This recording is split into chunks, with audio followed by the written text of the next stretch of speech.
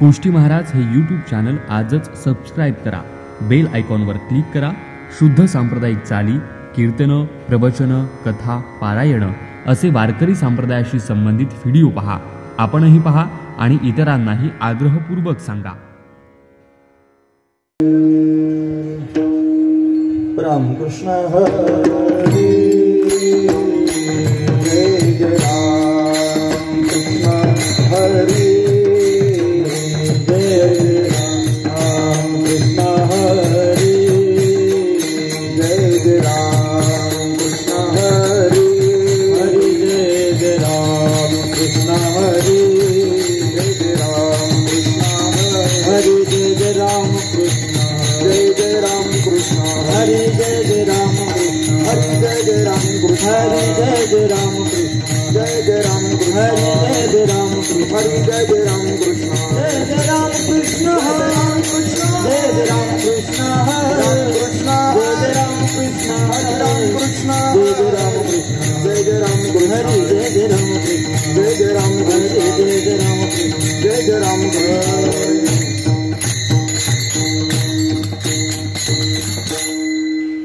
रूप पाहता लोचनी,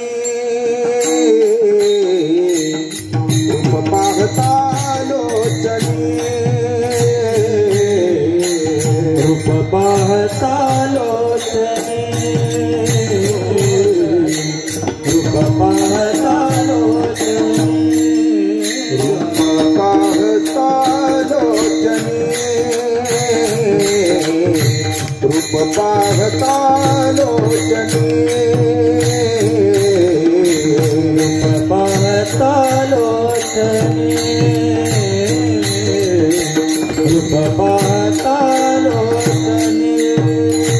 सुख झाले वो साजनी, सुख झाले वो साजनी, साजनी तोहा विठ्ठल परिवार, तोहा विठ्ठल परिवार। सुख झाले हो साजनी, सुख झाले हो साजनी, साजनी तोहा विठ्ठल परिवार, परिवार तोहा विठ्ठल परिवार।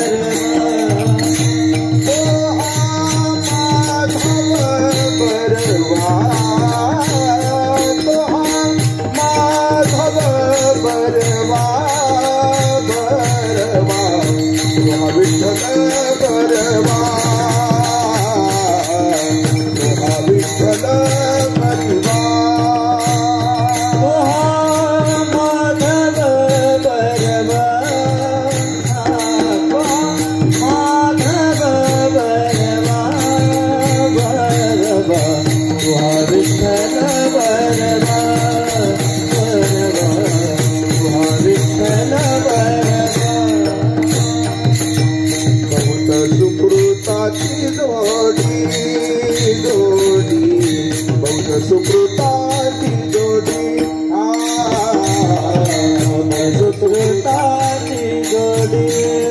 जोडी सुकृताची जोडी। मनोनी विठ्ठली आवडी, मनोनी विठ्ठली आवडी, आवडी तोहा विठ्ठल परिवार, तोहा विठ्ठल परिवार। विठ्ठली आवडे, विठ्ठली आवडे, आवडी तोहा विठ्ठल परिवार, परिवार तोहा विठ्ठल परिवार। तोहा माधव परिवार, परवा परवा तोहा विठ्ठल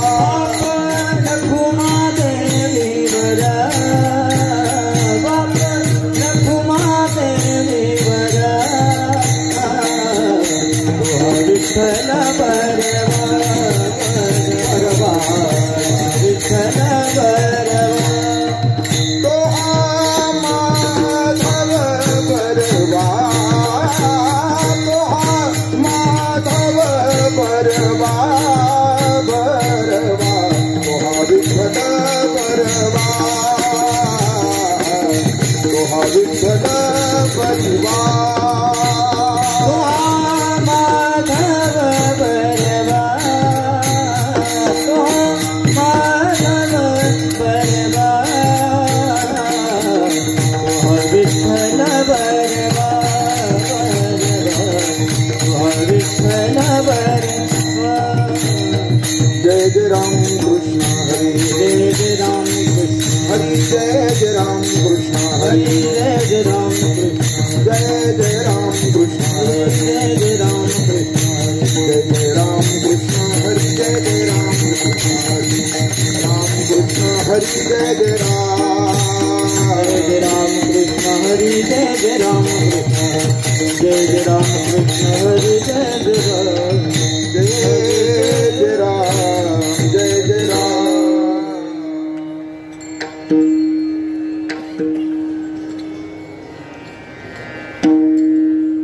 ऐसा ज्याचा अनुभव विश्वदेव सत्यत्वे विश्वदेव सत्यत्वे विश्वदेव सत्यत्वे सदाचा अनुभव विश्वदेव सत्यत्वे विश्वदेव सत्यत्वे विश्वदेव सत्यत्वे हो ऐसा ज्याचा अनुभव विश्वदेव सत्यत्वे विश्वदेव सत्यत्वे विश्वदेव सत्यत्वे ऐसा ज्याचा अनुभव विश्वदेव सत्यत्वे विश्वदेव सत्यत्वे विश्वदेव सत्य देवतया जवळी असे पापनासे दर्शने पापनासे दर्शने पापनासे दर्शने देवतया जवळी असे पापनाचे दर्शने पापनाचे दर्शने पापनाचे दर्शने काम क्रोधा नाही चाली भूती झाली समता भूती झाली समता भूती झाली समता काम क्रोध नाही सडी वृत्ती झाली समता वृत्ती झाली समता वृत्ती झाली समता देवतया जवळी असे पापनासे दर्शने पापनासे दर्शने पापनासे दर्शने देवतया जवळी असे पापनाचे दर्शने पापनाचे दर्शने पापनाचे दर्शने तुका म्हणे भेदा म्हणे भेदा भेद म्हणे भेदा म्हणे भेदा भेद तुका म्हणे भेदा भेद गेले वाद खंडोनी गेला वाद खंडोनी गेला वाद खंडोनी तुका म्हणे भेदा भेद गेला वाद खंडोनी गेला वाद खंडोनी गेला वाद खंडोनी हो देवतया जवळी देवतया जवळिया देवतया जवळी देवतया जवळिया देवतया जवळी असे पापनासे दर्शने पापनासे दर्शने पापनासे दर्शने देवतया जवळी असे पापनाचे दर्शने पापनाचे दर्शने पापनाचे दर्शने कुमार कुमारी जय विठोबार कुमार विठोबार कुमार विठोबार कुमार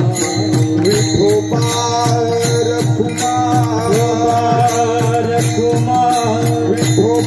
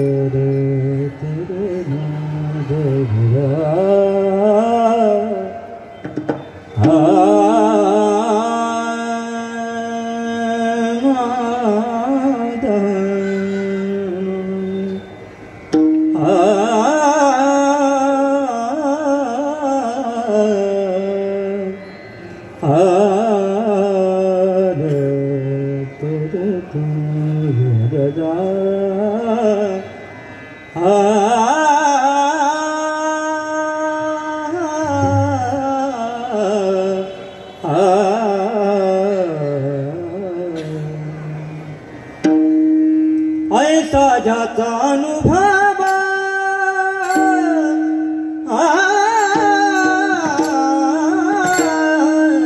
जाता अनुभव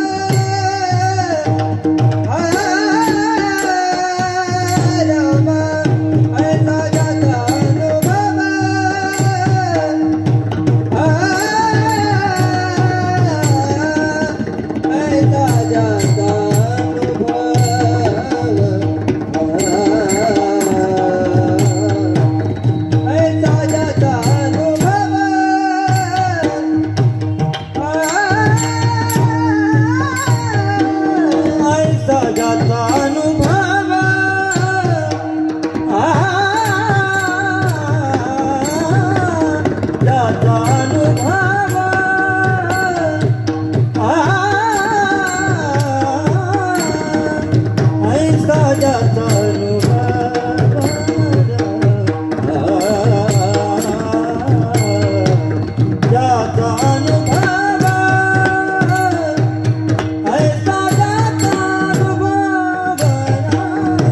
ऐसा जाता अनुभव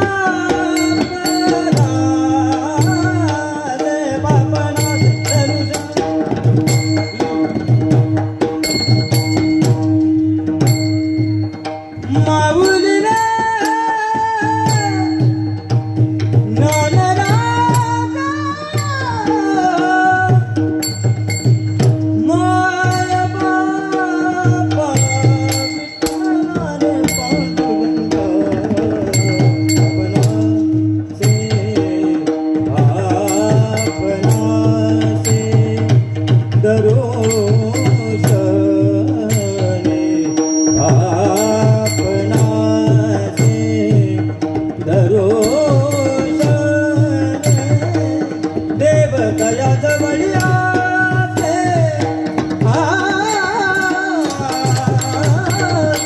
देवतया जवळिया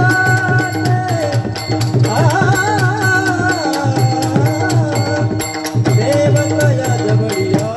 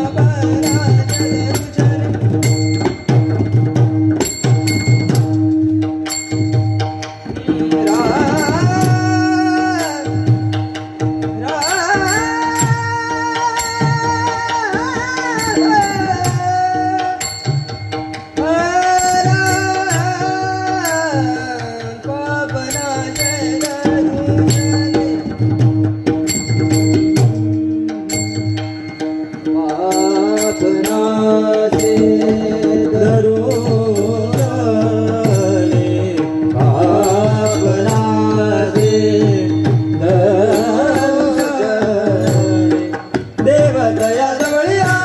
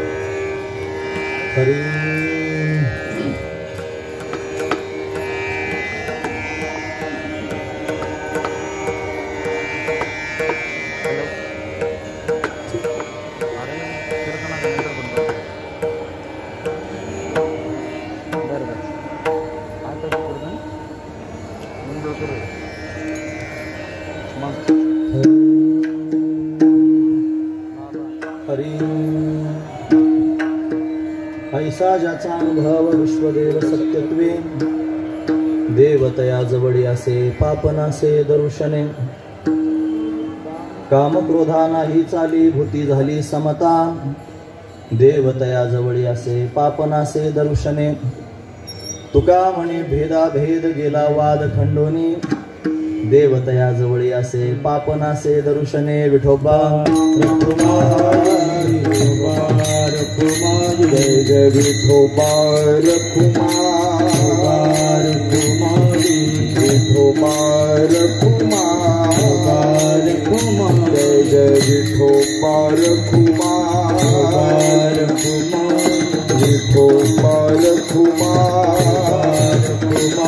जय विठोबा रखुमा विठोबा रखुमा जय जय विठोबा रखुमा विठोबा रखुमा जय जय विठोबा रखुमा हरि विठोबा रखुमा जय जय विठोबा रखुमा विठोबा रखुमा जय जय विठोबा रखुमा विठोबा रखुमा विठोबा रखुमा कुंडली कवरदा श्री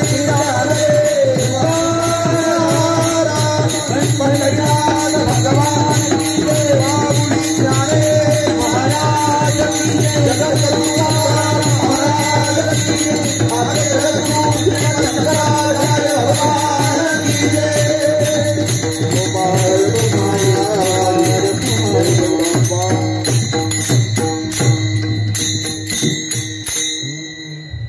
ऐसा ज्याचा अनुभव विश्वदेव सत्यत्वे देवतया जवळी असे पापनासे दर्शने.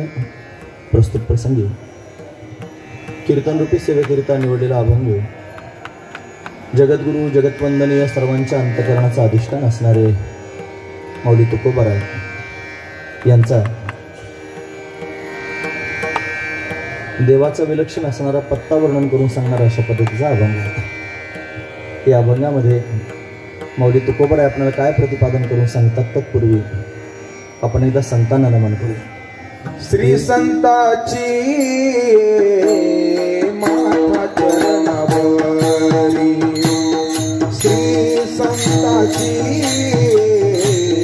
माथा चरणावरी श्री संताची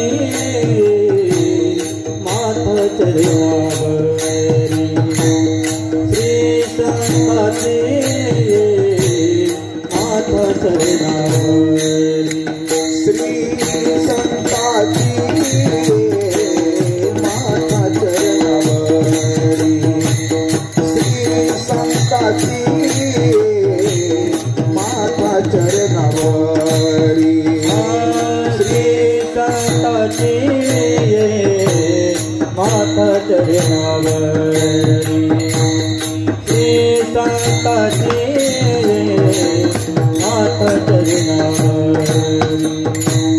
साष्टांग है कारी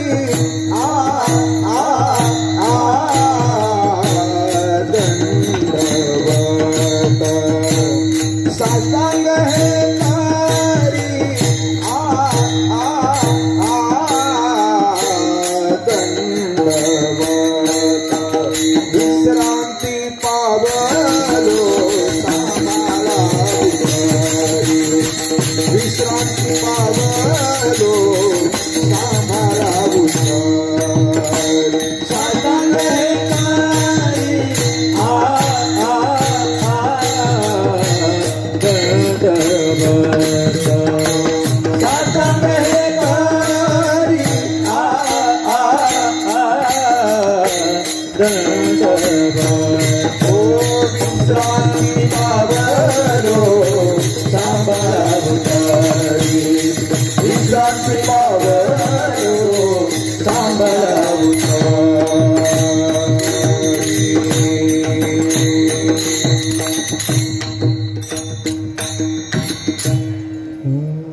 हे वचन ऐका कमळापती वचन ऐका कमळापती वचन ऐका कमळापती वचन ऐका कमळापती माझे रंकाची विनंती माझी रंकाची विनंती कर जोडितो कथे काळी कर जोडितो कथे काळी माझी रंकाची विनंती माझी रंकाची विनंती कर जोडितो कथे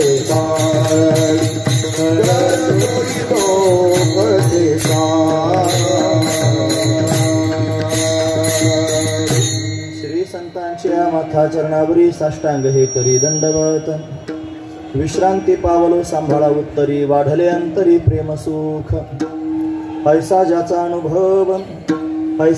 अनुभव विश्वदेव सत्यत्वे, देवतया जवळी असे पापनासे दर्शने. प्रस्तुत प्रतिवर्षीप्रमाणे याही वर्षी होणार आपला हा अखंड हरिनाम सप्ताह. आळंदीची असणारी ही वारी, त्या वारीतील आणि या सप्ताहातील असणारी ही संध्याकाळच्या सत्रातील भगवंताची कीर्तन रूपी सेवा. हे अकारण करुणावरून आलंय. भक्तकाम कल्पद्रुम भगवान पांडुरंग परमात्म्याच्या अथंग करुणेने, त्याच्या दयेने आणि या सर्व संयोजक मंडळींच्या माध्यमातून आमच्या वाटेला आलेले आहे. सेवेकरिता निवडलेला अभंग जगद्गुरु तुकोबरायांचा आहे. तुकोबरा अभंगाच्या माध्यमातून आपण मग एक वाक्य ऐकलं, भगवंताचा पत्ता सांगतात, देवाचा पत्ता सांगतात किंवा देवाचा पत्ता सांगतात आणि ऐसा ज्याचा अनुभव, असा अभंग आहे. कसा ताळमेळ लावणार? असाच आहे ताळमेळ. सर्वांच्या अंतकरणात भगवत दर्शनाची लालसा आहे आणि भगवान जर कुठे भेटत असेल तर तो फक्त संतांच्या जवळ भेटतो. म्हणून त्यांनी संतांच्याच कडे भगवत प्राप्ती करता गेलं पाहिजे. म्हणून देव त्यांच्याजवळ राहतोय, देव तया जवळी असे, त्यांच्याजवळ देव आहे म्हणून तर आपण इथपर्यंत आलेलो आहोत. हाच त्यातला भाव आहे. काय करतात ते? त्यांच्याकडे दिव्य असणारे एक अनुभव आहे. ऐसा ज्याचा अनुभव विश्वदेव सत्यत्वे, त्यांचा अनुभव असा आहे की देवच सर्व ठिकाणी गच्च भरलेला आहे. दिसणार हे विश्व विश्व नसून परमात्माच आहे, हा त्यांचा अनुभव आहे. ऐसा ज्याचा अनुभव विश्वदेव सत्यत्वे, म्हणूनच देव तयाजवळ असे, देव त्यांच्याजवळ राहतो. असा महात्मा दृष्टिक्षेपात त्यांनी पडला. असा महात्मा डोळ्यासमोर दिसला रे दिसला की काय होत असतं?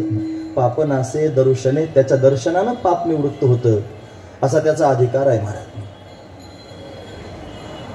त्याची दिव्य असणारी स्थिती जर कशी असेल तर काम क्रोधा नाही चाली, भूती झाली समता. काम क्रोध हे दोन्ही विकार त्यांनी त्या महापुरुषाजवळ सहजासहजी पाहायला मिळत नाहीत. आणि भूतमात्रांच्या ठिकाणी समता त्याच्या दृष्टीत त्यांनी आलेली असते. म्हणून देवतायाजवळ असे पापनासे दर्शने, कोणत्याच प्रकारचा भेद त्यांच्या दृष्टीला दिसत नाही. आणि जर भेदच नसेल तर अभेद म्हणायचं काही कामही शिल्लक राहत नाही. पण भेद आणि अभेद म्हणण्याचा वादही अशा पद्धतीने संपून गेलेला असतो. तुका म्हणे भेदाभेद गेला वाद खंडोनी. वाद द्वैतात राहणाऱ्या लोकांकडे आहे. संत महापुरुष अद्वैत स्थितीला प्राप्त झालेले आहेत म्हणून त्यांच्या दृष्टीत कोणत्याही प्रकारचा वाद शिल्लक राहिलेला नाही. म्हणून देवतयाजवळ असे, म्हणून देव त्यांच्याजवळ राहतो. त्यांच्या दर्शनानं पाप निवृत्त होतं. पापनासे दर्शने, असा त्यांचा अधिकार आहे. म्हणून त्या दिव्य महापुरुषाची त्यांनी स्थिती वर्णन करून सांगतायत आणि त्याचबरोबर भगवंताचा पत्ता सांगतायत. असा अभंगाचा सरळ अर्थ पाहण्याचा आपण प्रयत्न केला. विठोबा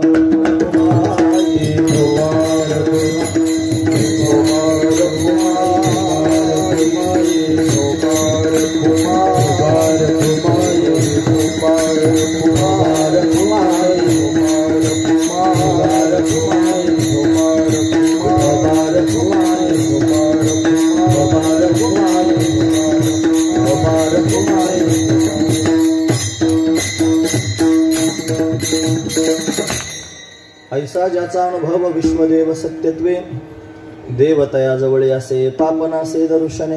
प्रस्तुत प्रतिवर्षी आपण सर्वजण मोठ्या आनंदाने माऊली महावैष्णव भगवान ज्ञानोबरायांच्या भेटीकरिता दर्शनाकरिता येत असतो. याही वर्षी सर्वजण त्यांनी आनंदाने या हरिदिनीच्या दिवशी माऊलींना भेटण्याकरिता उपस्थित आहेत. प्रतिवर्षी असणारी ही सेवा, काय सेवा करावी असा प्रश्नच आहे. म्हणून संतांची स्थिती वर्णन करून सांगावी ज्यांच्याकरिता आपण उपस्थित आहोत. संत एका विशिष्ट असणाऱ्या भूमिकेत आहेत. संत एका विशिष्ट असणाऱ्या स्थितीत आहेत. ती स्थिती सामान्य लोकांना कळत नाही. सामान्य लोकांना ती अनाकलनीय आहे. का बरं अनाकलनीय आहे? महाराजांनी स्पष्ट शब्दात सांगितलं, तुका म्हणे अंगी व्हावे ते आपण, तरीच महिमाने येईल कळो. ती सर्वांना कळत नाही. न कळण्याचं कारण आपण तिथपर्यंत जात नाही. आपण आपल्या चष्म्यातून पाहण्याचा प्रयत्न करतो, पण आपली दृष्टी जशी आहे तशीच आपल्याला सृष्टी दिसते. महाराज दृष्टीरेव सृष्टी, जशी दृष्टी आहे तशी सृष्टी आपण पाहतो आणि त्यानुसार निर्णय लावायचा प्रयत्न करतो. पण संत महापुरुषांना आपण आपल्या मापानं मोजतो, आपल्या दृष्टीने त्यांनी पाहतो, ते तसे नाहीत मुळात. हा, ते काही वेगळेच आहेत. ते सर्व लोकांच्या समोर त्यांनी वागताना जगताना दिसतात खरे, सर्व लोकांसारखे दिसतात, पण ते सर्व लोकांसारखे नसतात. दोन्ही दिसती सारखी वर्म जाणे तो पारखी. ते वर्म जाणण्याकरिता सुद्धा कोणीतरी पारखीच असावा लागतो, ते सर्वांना कळत नाहीत. हा महत्वाचा विचार आहे. पण ते संत महापुरुष एका दिव्य असणाऱ्या अवस्थेत आहेत, दिव्य असणाऱ्या स्थितीमध्ये आहे. काय स्थिती आहे? त्यांना अखंड भगवंताचा शेजार आहे महाराज, त्यांना अखंड भगवंताची संगती आहे. ते भगवंताच्या संगतीत राहतात असं नाही, तर भगवान अखंड त्यांच्याजवळ राहतो असं आहे. देव तयाजवळी असे ते देवाजवळ त्यांनी राहतात. हे म्हणणं थोडं कमी पडतं महाराज. आपण सर्वांनी देवाकडे जाणं, आपण सर्वांनी देवाला त्यांनी पाहणं, देवाला भेटणं, देवाच्या प्राप्तीकरिता अट्टहास करणं इथपर्यंत ठीक आहे, हे आपलं कर्तव्य आहे महाराज. जीवाला त्याचं कर्तव्य कळालं पाहिजे, कर्तव्य कर्म त्यानं केलं पाहिजे. म्हणून त्यांनी आपण जन्माला आलेलो आहोत, आपण जीव झालेलो आहोत, या माध्यमातून त्यांनी काय करायचंय? जेणे तू जोडसी नारायण नासे जीवपन भवरोग. पण जीवपणा घालवला पाहिजे, नारायणाची प्राप्ती करून घेतली पाहिजे. या सगळ्या गोष्टी आपण करणं हे आपलं कर्तव्यच आहे ना, आपण करतो इथपर्यंत ठीक आहे. पण त्यात पुरुषार्थ नाही. एखाद्यानं मोक्ष प्राप्त करून घेतला म्हणजे धर्म अर्थ काम मोक्ष चतुर्विध पुरुषार्थ आहे. परम पुरुषार्थ आहे मोक्ष. मोक्ष प्राप्त करून घेणं हा पुरुषार्थ आहे, इथपर्यंत ठीक आहे. पण मोक्ष प्राप्त करून घेणं हे कर्तव्य आहे, हे विसरता का म्हणे आपलं कर्तव्य आहे मला ते. पण एखाद्यानं अट्टहास करून साधना करून मोक्ष स्वरूपाची प्राप्ती करून घेतली, मग त्याला शाबासकी दिली. काय शाबासकी देण्याची गरज नाही, त्याचं कर्तव्य आहे महाराज. एखाद्या माणसानं फार आईवडिलांची सेवा केली आणि आईवडिलांची सेवा केल्यानंतर एखाद्या मंडळानं त्याचा सत्कार ठेवला आणि सगळ्या लोकांसमोर प्रकर्षानं सांगितलं, वा यांनी आईवडिलांची सेवा केली म्हणून त्यांचा सत्कार होतोय. काही सत्कार करायची गरज नाही. तुम्ही का बरं आईवडिलांची सेवा केली, सत्कार कशाकरिता नाही करायचा? अहो, सत्कार करायची आवश्यकता काय? त्याच्या आईवडिलांची सेवा करणं त्याचं कर्तव्य आहे. हा महत्वाचा विचार आहे. ज्यानं कर्तव्य पार पाडलंय, सत्कार करायची काय गरज आहे? मग सत्कार कशाचा? विलक्षणत्व जर पाहायला भेटत असेल, लोकोत्तर काही गोष्ट जर घडली असेल, तर तो सन्मानास सत्कारास असणारा योग्य होऊ शकतो. पण काय त्यांनी आपण सर्वजण भगवंताच्या दिशेनं जाणं, भगवंताला प्राप्त करून घेणं आपलं कर्तव्यच आहे. आपण काय पुरुषार्थ करत नाहीत. आपण इथपर्यंत आलो, वारीला आलो, लोकांना फार त्याचाच अभिमान होतो महाराज. 4-8 दिवसाची त्यांनी वारी करतात आणि लोक घरी जाऊन 8 दिवस सांगतात. थोडं त्यांनी पाणी बदललेलं असतं, काहीतरी घोटाळा झालेला असतो, थोडं जरी नाक गळायला लागलं तरी लोकांच्या समोर जाणीवपूर्वक असं करतात. मग लोक विचारतात काय प्रकार आहे, काय झालं? काय नाही, वारीला जाऊन आलो. म्हणजे तू काहीच उपकार केला नाहीस, वारीला गेलास म्हणजे तू तुझं कर्तव्य केलंस, हा महत्वाचा विचार आहे. म्हणून आपण इथपर्यंत येतो, आपण देवाकडे जातो, काही विशेष नाही. विशेष कशात आहे? देवानं आपल्याकडे येण्यात विशेष आहे महाराज. देवानं आपल्याला भेटण्यात विशेष आहे, देवानं आपल्याजवळ राहण्यात विशेष आहे. मग देव जर आपल्याजवळ राहायचा असेल तर काय केलं पाहिजे, काय असलं पाहिजे? म्हणजे परमात्मा त्यांनी आपल्याजवळ संत महापुरुषांकडे पाहिलं तर त्यांच्याकडे देव आहेच महाराज. तो सदैव त्यांच्याजवळ राहतो आहे. देव हा शब्द त्यांनी बोलत असताना दिव नावाच्या धातूपासून दिव्यत्व सांगणारा त्यांनी आहे महाराज. देव ते दिव्य तत्व त्यांच्याकडे आहेच. देवाला जाणावं, देवाला पाहावं, देवाला भेटावं, हे 3 भाव आहेत महाराज. देवाला जाणलं पाहिजे, ज्ञानाच्या माध्यमातून देवाला त्यांनी जाणत जावं. देव जाणणं वेगळं. संत महापुरुष देवाला जाणतात, तो कसा आहे त्यांना सर्व पूर्णपणे ज्ञात आहे. त्यापेक्षा ते देवाला पाहतात, त्यांना सर्व ठिकाणी देव पाहायलाच मिळतो. कणाकणात देवाला पाहतात आणि पाहतात, त्यापेक्षा त्यांनी महाराज देवाला भेटतात.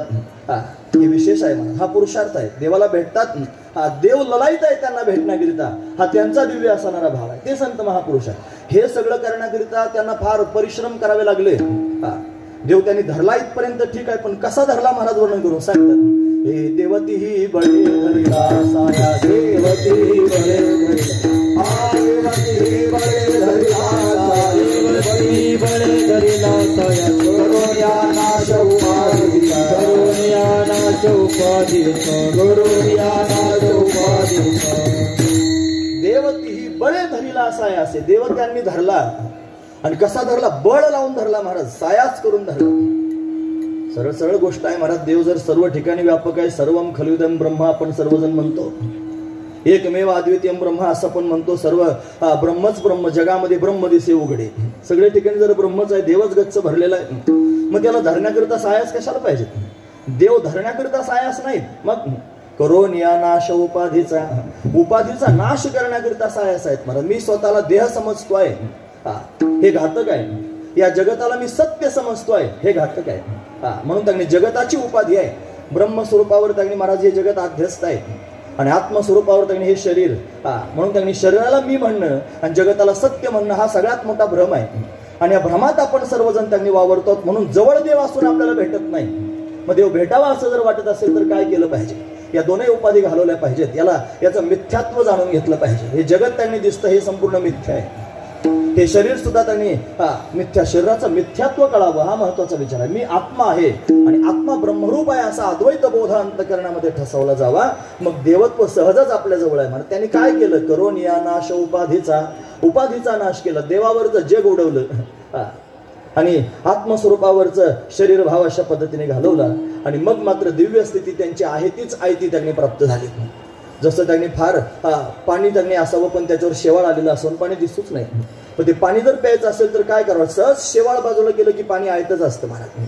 तसं त्यांनी उपाधी बाजूला केली की आपोआपच त्यांनी महाराज तत्व प्राप्त होत असतं. मग त्या तत्वाची प्राप्ती करून घेण्याकरिता त्यांनी सायास केले. उपाधी बाजूला करण्याकरिता सायास आहेत, मीपणा घालवण्याकरिता सायास आहेत. एरवी त्यांचा संपूर्ण अट्टहास त्यांनी मीपणा घालवण्याकरिताच असतो. आणि परमार्थ करणं म्हणजे काय? तर मीपणा घालवणं हाच परमार्थ आहे महाराज. आपण सर्वजण मी म्हणून आहोत. जोपर्यंत हा मी आहे तोपर्यंत आपण परमतत्वाला प्राप्त होऊ शकत नाहीत. महाराजांचं एक प्रमाण आहे, ते म्हणतात मी हे ऐसी काय जाती अवघड किती पाहत. ही मी जात फार अवघड आहे महाराज. प्रत्येक मनुष्य मी म्हणतो, स्थूल देहाला धरून मी म्हणत असतो. त्याला वाटतं मी स्थूल आहे, मी सुख, मी कृश आहे, मी उंच आहे, मी ठेंगणा आहे, मी काळा आहे, मी गोरा आहे, असे अनेक प्रकारे त्यांनी स्वतःच्या मीचा निर्णय मनुष्य देत असतो. सूक्ष्म शरीराला धरून मनुष्य मी म्हणतो, तो म्हणतो मी फार बुद्धिमान आहे, मी फार हुशार आहे. हे जे म्हणणं आहे सूक्ष्म देहाला धरून आहे. तो कारण देहाला धरून मी म्हणत असतो, मला काही कळत नाही. तो बाबा कीर्तन करत होता, त्यातला एक शब्द सुद्धा मला कळाला नाही. असं मीला धरून त्यांनी महाराज काहीच कळत नाही म्हणणं, याला त्यांनी कारण शरीर म्हणायचं. आणि त्याच्यापेक्षा संत महापुरुषांची संगती झाल्यानंतर एखाद्याला कळतं महाराज की मी सच्चिदानंद रूप आहे, पण त्याच्यात पण अहम आहेच ना, अहम ब्रह्मास्मी. मग अहम ब्रह्मास्मी त्यांनी म्हटलं की तिथे जोडून आलेला मी असतोच, त्याला महाकारण शरीर असं म्हणावं. त्याच्यापेक्षा श्रेष्ठ त्यांनी भाव आहे, त्याला अतिकारण म्हणतात. जिथं फक्त जाणीव आहे ज्याच्यात मी नाही, म्हणून त्यांनी ती जाणीव तरी शिल्लक आहेच महाराज. जाणू जाता जाणीव घाली आड फाटा, हो ती जाणीवच आहे. पण ज्यावेळेला जाणीवेच्याही पलीकडे त्यांनी तो महापुरुष निघून जातो त्यावेळेला त्याला परमतत्वाची प्राप्ती झालेली असते. आणि तेच खरं देवत्व आहे. तो देव त्याच्याजवळ कायमस्वरूपी राहत असतो. म्हणजे त्यानं देहभावही टाकलेला आहे. त्यानं त्यांनी महाराज सगळ्या भावांच्या पलीकडे जाऊन त्या परमतत्वाला प्राप्त करून घेतलेला आहे. म्हणून देव त्यांच्याजवळ अशा पद्धतीने वास्तव्य करतो. तो त्यांना कळाला, तो त्यांना पाहायला मिळाला आणि तो त्यांना त्यांनी भेटला सुद्धा. त्याहीपेक्षा तो देव स्वतः त्यांना भेटण्याकरिता येतो, हे विशेषत्व आहे. माऊली ज्ञानोबरायांना भेटण्याकरिता आपण आलेलो आहोत. पण हे त्यांनी आपण लक्षात ठेवलं पाहिजे की पंढरीहून पांडुरंग परमात्मा माऊली ज्ञानोबरायांना भेटण्याकरिता येतो. आपण देवाची वारी करतो पण देव त्यांची वारी करतो, हे विशेष आहे महाराज. आपण पैठणला नाथ महाराजांना भेटण्याकरिता जातो, पण हे लक्षात घेतलं पाहिजे की नाथ महाराजांच्या घरी 12 वर्ष त्यांनी श्रीखंड्या म्हणून भगवंतानं पाणी भरलं. कावडीने पाणी ज्या घरी चक्र पाणी वाहे, अनन्य भक्ती भावे निळावंदी त्याची पाय. पण परमात्मा त्यांच्या घरी सेवा करतोय. जगद्गुरु तुकोबारांना भेटण्याकरिता स्वतः परमात्मा त्यांनी प्रत्यक्ष प्रगट होऊन त्यांनी आला.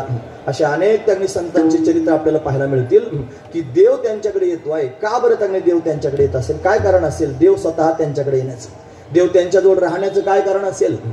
एरवी देवाच्या प्राप्तीकरिता आपण सर्वजण अट्टहास करतो आहोत, स्वप्नात सुद्धा येत नाही. आणि एखाद्याला जर स्वप्न पडलंच, बरेच लोक आम्हाला स्वप्न सांगतात, महाराज स्वप्नामध्ये पिंड दिसली, महाराज स्वप्नात पांडुरंगाची मूर्ती दिसली. काही बोलली का? काहीच नाही, त्यांनी कोणी काही बोललं नाही, फक्त दिसले तरी एवढा आनंद होतो महाराज. भेटणं त्यामुळे त्याच्या पलीकडची गोष्ट आहे, त्यांना भेटू नये.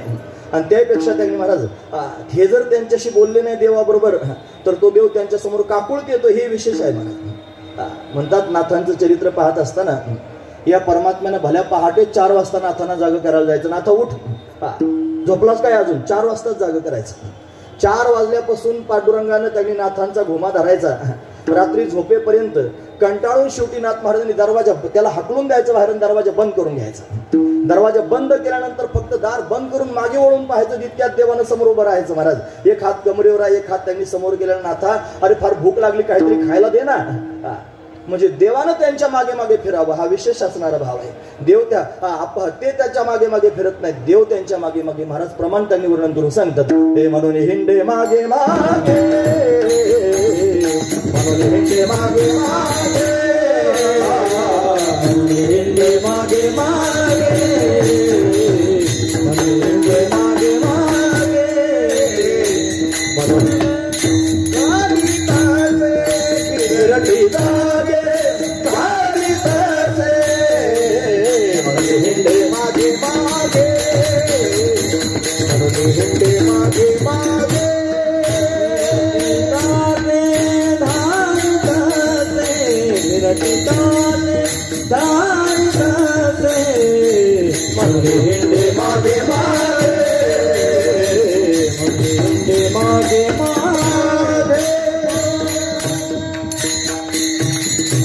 म्हणून हिंडे मागे मागे देव त्यांच्या मागे मागे फिरतो. देव सदैव त्यांच्याजवळ वास्तव्य करतो. त्यापेक्षा देव त्यांच्याजवळ विश्रांती घेण्याकरिता येतो. महाराज म्हणतात नामा म्हणे देवा चला आता या ठाया विश्रांती घ्यावया कल्पवारी, विश्रांती घ्यावया कल्पवारी, विश्रांती घ्यावया कल्पवारी, विश्रांती घ्यावया कल्पवारी. नामा म्हणे देवा चला तया ठाया, नामा म्हणे देवा चला तया ठाया, नामा म्हणे देवा चला तया ठाया, नामा म्हणे देवा चला तया ठाया. विश्रांती घ्यावया कल्पवारी, विश्रांती घ्यावया कल्पवारी, विश्रांती घ्यावया कल्पवारी, हो विश्रांती घ्यावया कल्पवारी.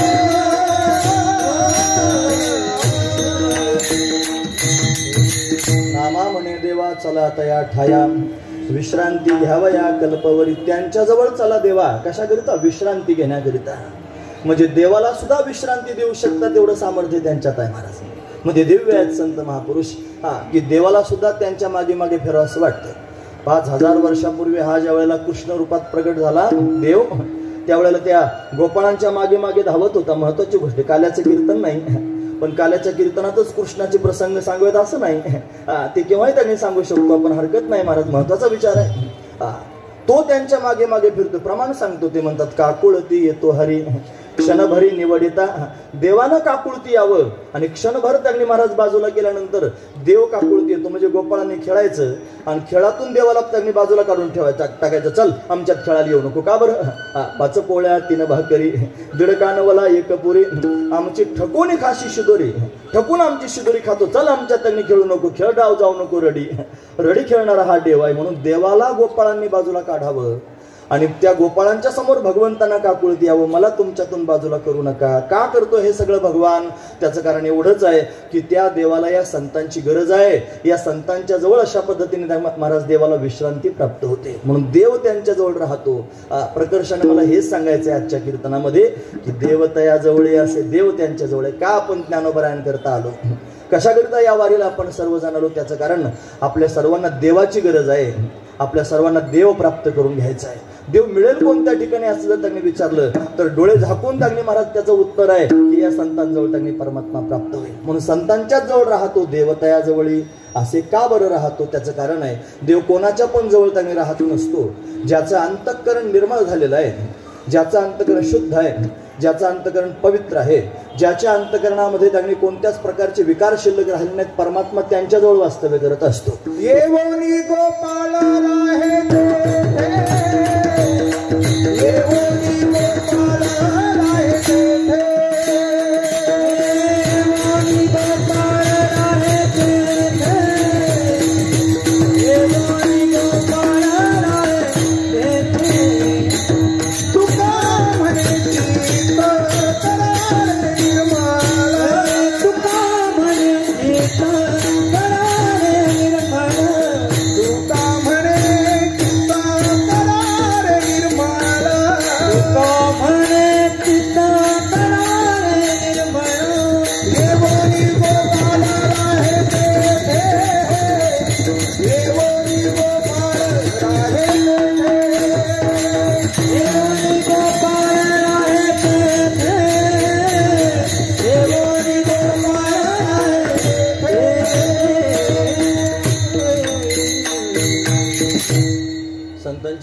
वाक्य निर्णयात्मक वाक्य आहेत महाराज. तुम्ही ऐकतात ना सर्वजण.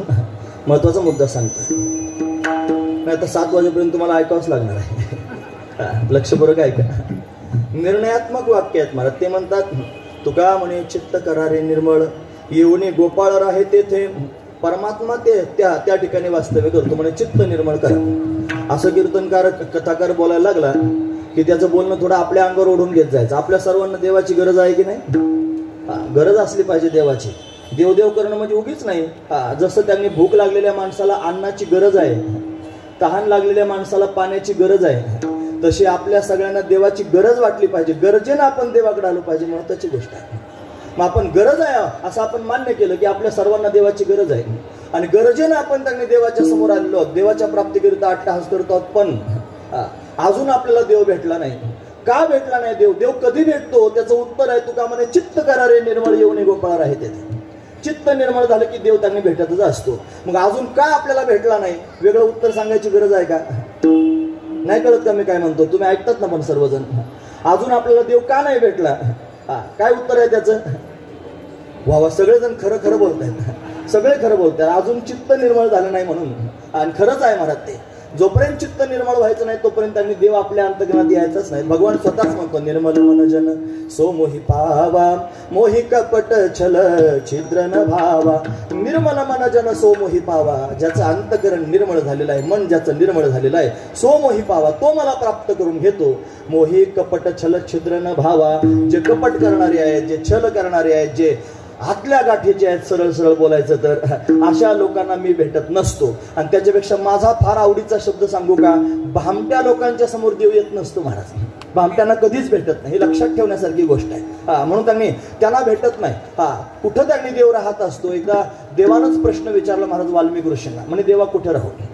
राहण्याची ठिकाणं सांग. 14 ठिकाणं सांगितली महाराज. त्याच्यातलं एक ठिकाण सांगतो. ते म्हणतात काम क्रोध मद मानन मोहा लोभन क्षोभन रागन द्रोहा जिनके कपट दंभन ही माया उनके हृदय बसहु रघुराया.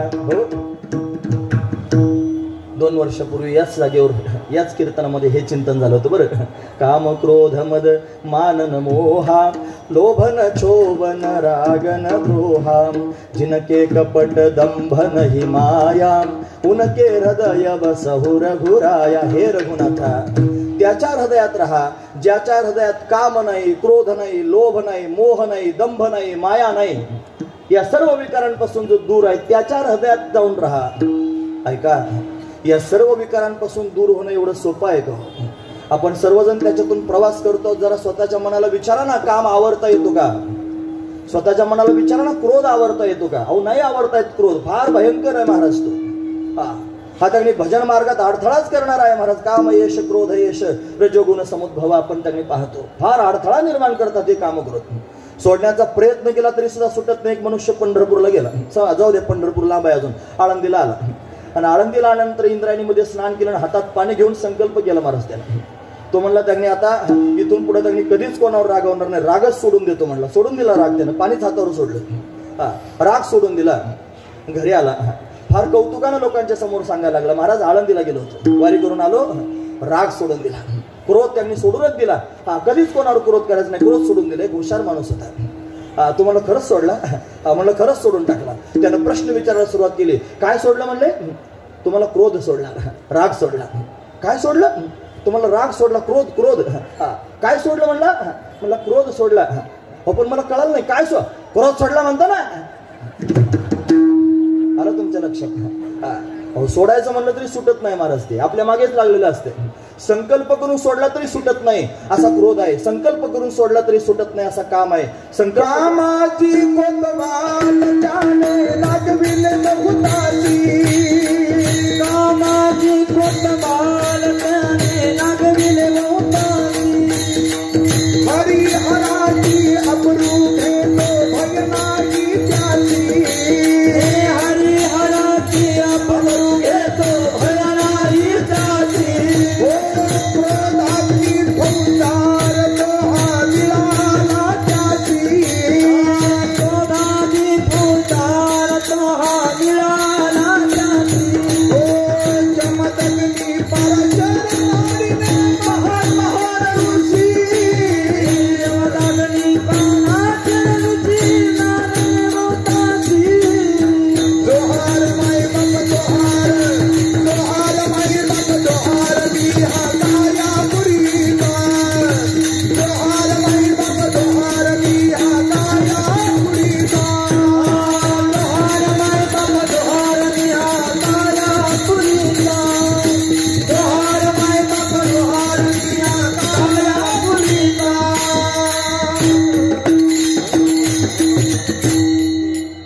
नामाजी कोतवाल यानं फार लोकांना नाडलं. यादीच सांगितले महाराज, महान ऋषींना त्यांनी अशा पद्धतीने त्यांना नाडलं. हे सर्वचे सर्व विकार सर्व जीवांना त्रस्त करून टाकतात. जोपर्यंत हे आहे तोपर्यंत तो नाही.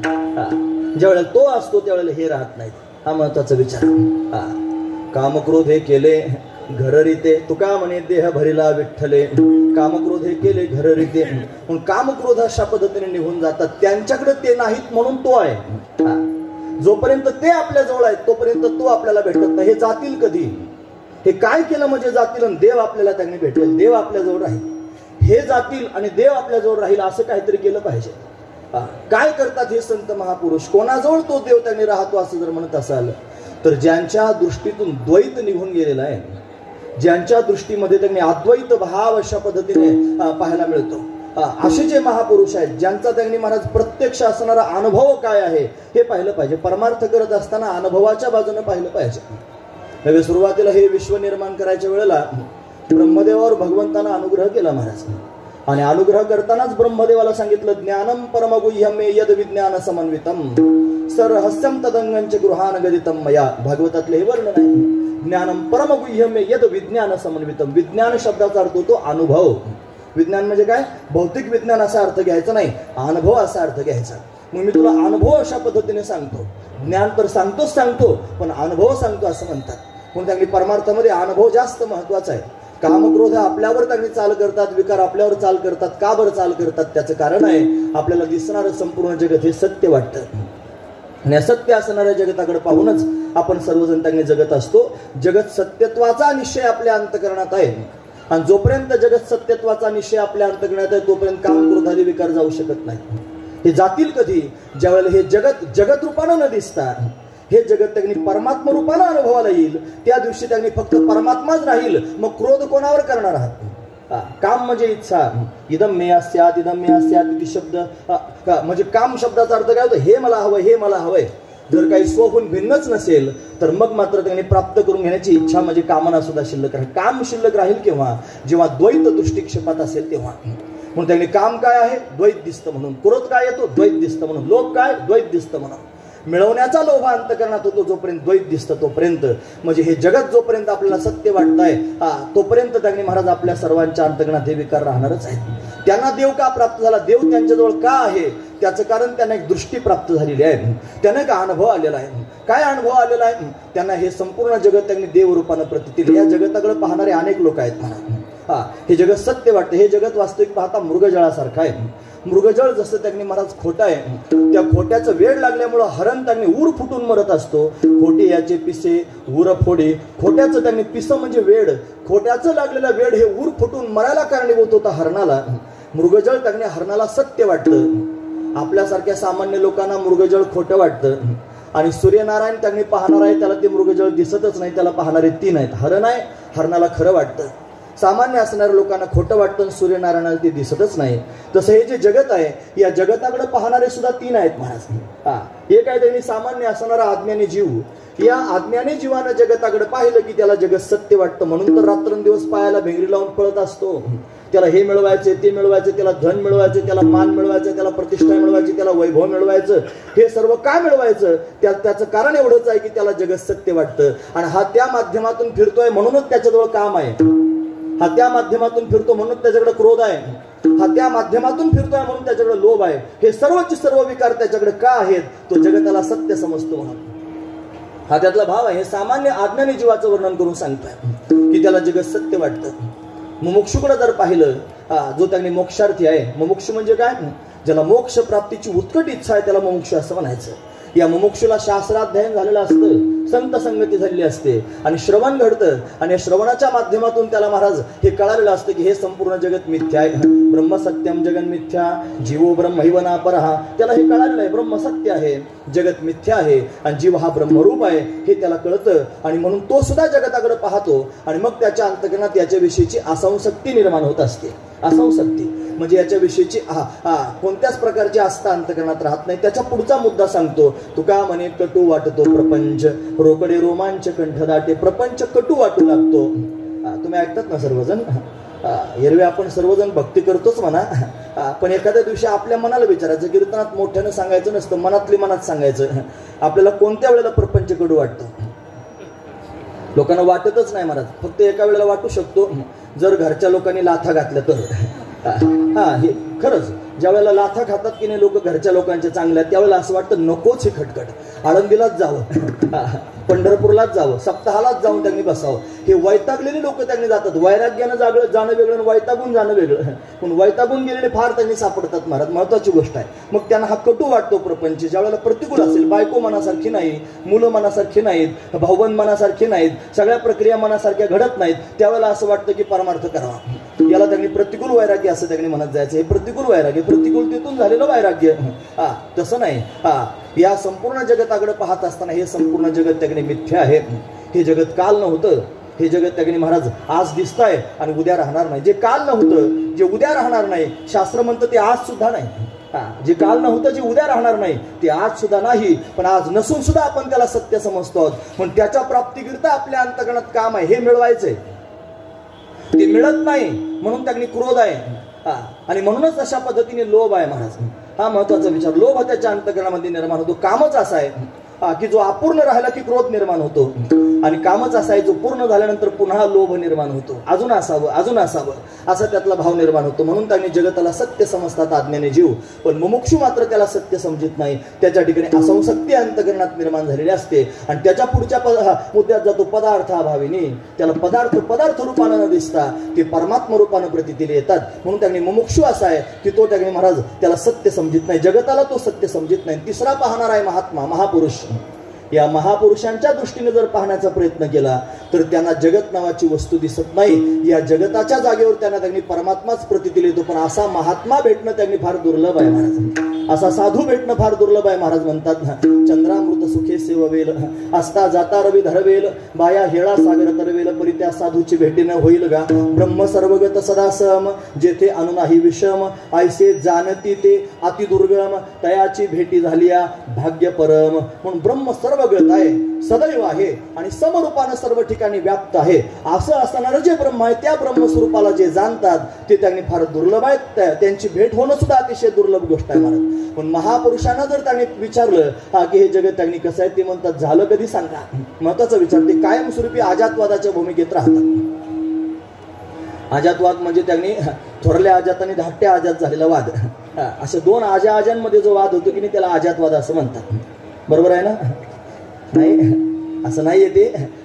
हे असं आहे, मौलिक ज्ञानोबाराने आजातवाद सांगितलं महाराज. ते म्हणले गंधर्व दुर्ग काय पाडावे, शश विषाण काय मोडावे, होवावे मग तोडावे ख पुष्पकी. आजातवाद हा शब्दच लोकांना माहित नाही, तर लोक आजातवादाच्या भूमिकेत जातील कधी महाराज? महत्वाची गोष्ट आहे. विठोबा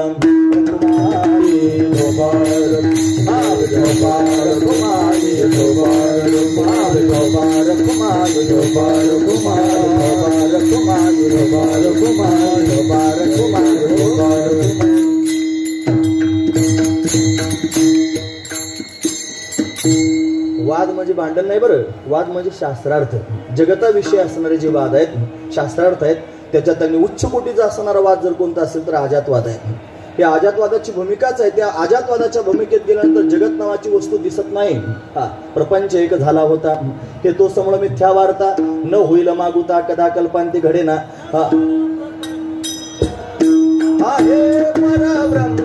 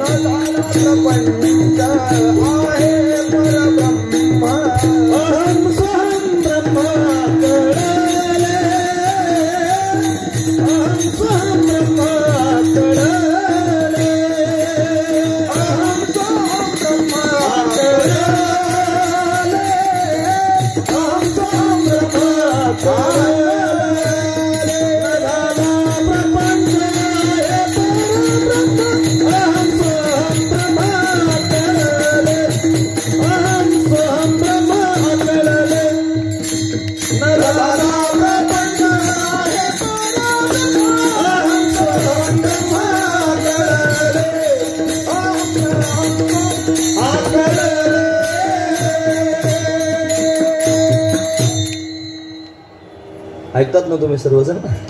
सरळ अर्थ आहे महाराज. न झाला प्रपंच, प्रपंच झाला नाही. आहे परब्रह्म, परमात्माच आहे. अहम सोहम ब्रह्मा कळले. अहम म्हणजे मी, ते ब्रह्म मी आहे असं मला कळालेलं आहे. अहम सोहम ब्रह्मा कळले. अशा भूमिकेत आहेत महाराज ते संत महापुरुष. जगावघा देव खोटा नागवी संदेह, खोटा नागवी संदेह, खोटा नागवी संदेह.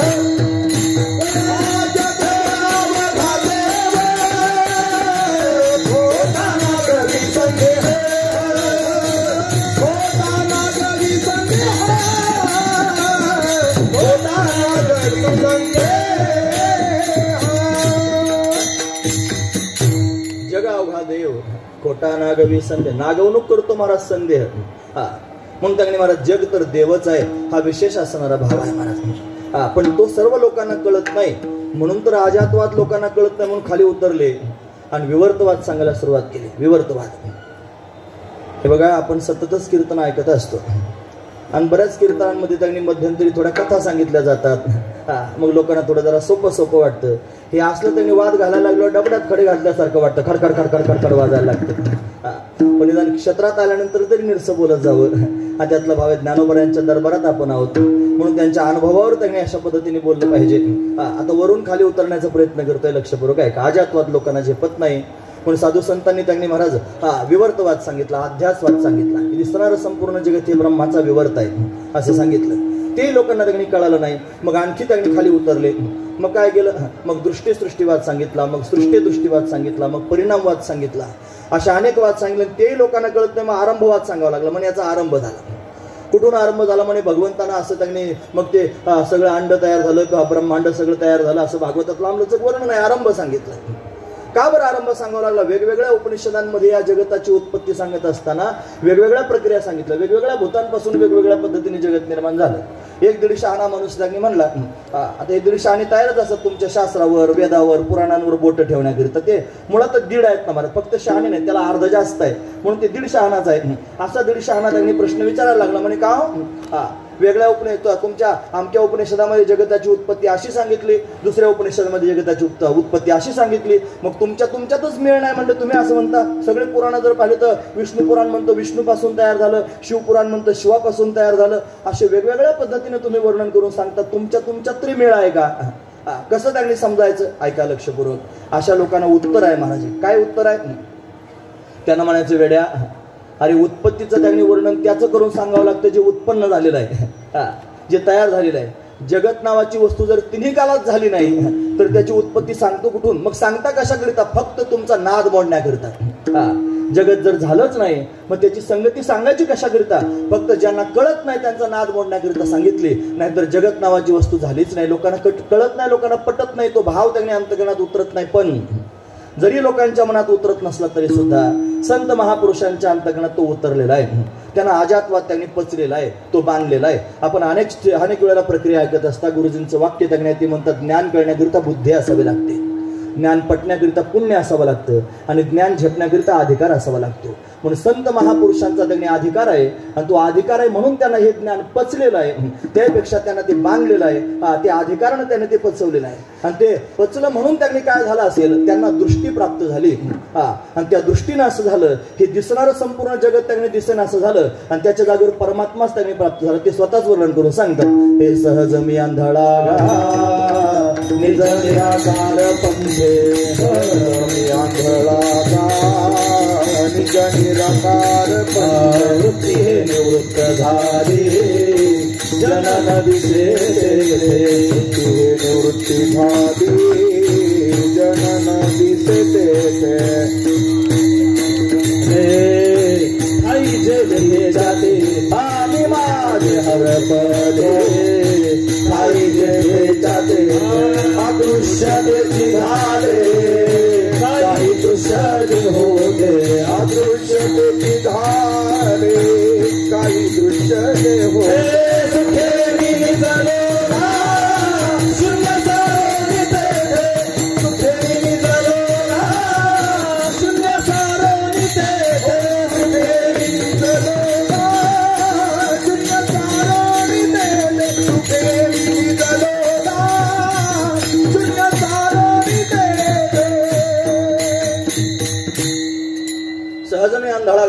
निराकार पंथे, वृत्ती हे निवृत्त झाली जनन दिसे तेथे, मी माझे हरपले ठाई जेथेच्या तेथे, अदृश्य तेची झाले काही दृश्य जे होते, सुखे मी निज लोगा शून्य सारोनी तेथे.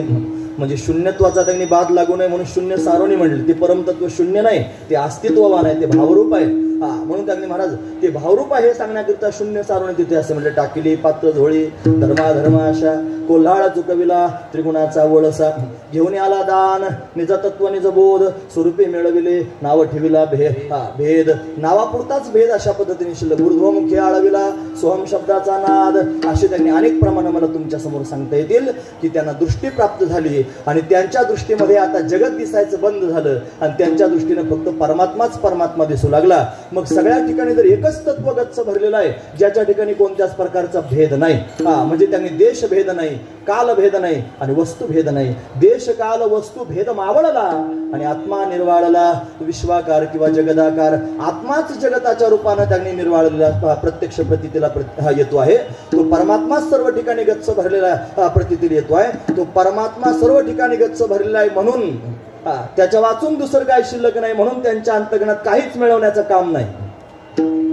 तो परमात्माच परमात्मा सर्व ठिकाणी गच्च भरलेला आहे म्हणून त्यांना कोणाविषयीचा क्रोध करण्याची आवश्यकता नाही, कारण तोच सर्वत्र गच्च भरलेला. तो परमात्माच डोळ्याला सर्व ठिकाणी दिसतो म्हणून कोणत्याच प्रकारचा लोभ अंतःकरणात नाही, कोणत्याच प्रकारचा विकार नाही, कोणत्या प्रकारची ईर्षा नाही, कोणत्या प्रकारचा मत्सर नाही, कोणत्या प्रकारचा द्वेष नाही.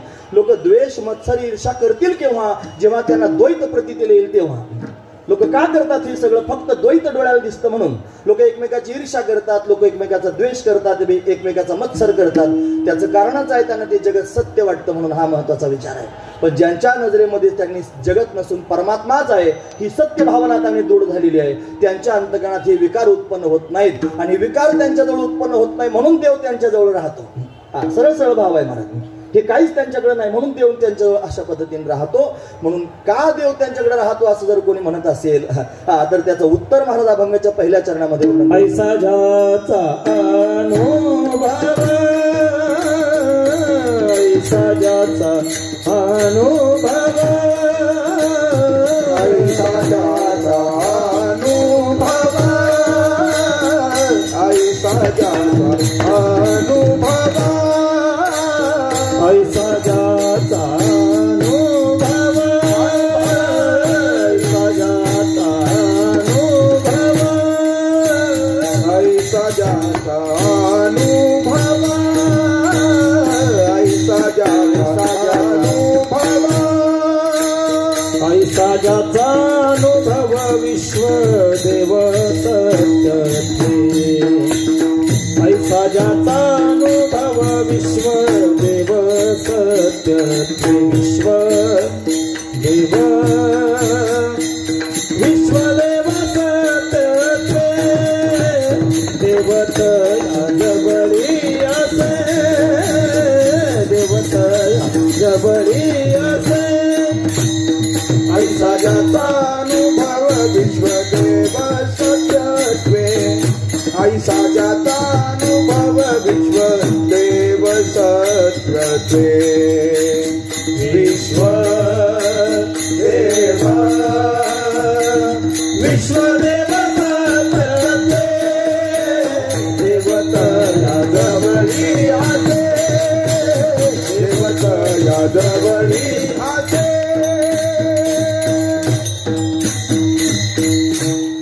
ऐसा ज्याचा अनुभव विश्वदेव सत्यत्वे, त्यांचा अनुभव आहे महाराज. काय विश्वच देव आहे आणि खऱ्या अर्थानं त्यांनी महाराज देव आहे. हा महाराज सत्यत्वे शब्द वापरण्याचं कारण हेच आहे महाराज, विश्वदेव आहे असं म्हणल्यानं त्यांनी हे विश्व जगत त्यांनी जड आहे, परमात्मा काय जड आहे का असं कोणी त्यांनी म्हणू शकतं, पण तसं नाही. सत्यत्व म्हणण्याचं तात्पर्य एवढं आहे, खऱ्या अर्थानं हे विश्वच देव आहे हे सांगण्याचं तात्पर्य, वक्तृ तात्पर्य कळत जावं, नाहीतर त्याच्यातही घोटाळा होण्याची दाट शक्यता. समोरचं काय बोलतोय काय आशयानं ते त्यांनी कळालं पाहिजे. मग दिसणारं हे जगत त्यांनी जगत नसून तो परमात्माच आहे. आमचे बाबा त्यांनी महाराज लोकांच्या समोर प्रश्न विचारायचे. बाबा म्हणजे परमपूजनीय आदरणीय प्रातस्मरणीय गुरुवर्य संत चरणर श्री छगन महाराज बाळनाथ गडावरचे बाबा. ते लोकांना त्यांनी प्रश्न 2 मिनिटं त्यांच्या समोर प्रश्न. ते म्हणायचे सांगा जगात देव आहे की देवात जग आहे. ते म्हणायचे लोकांना देवात जग आहे की जगात देव आहे.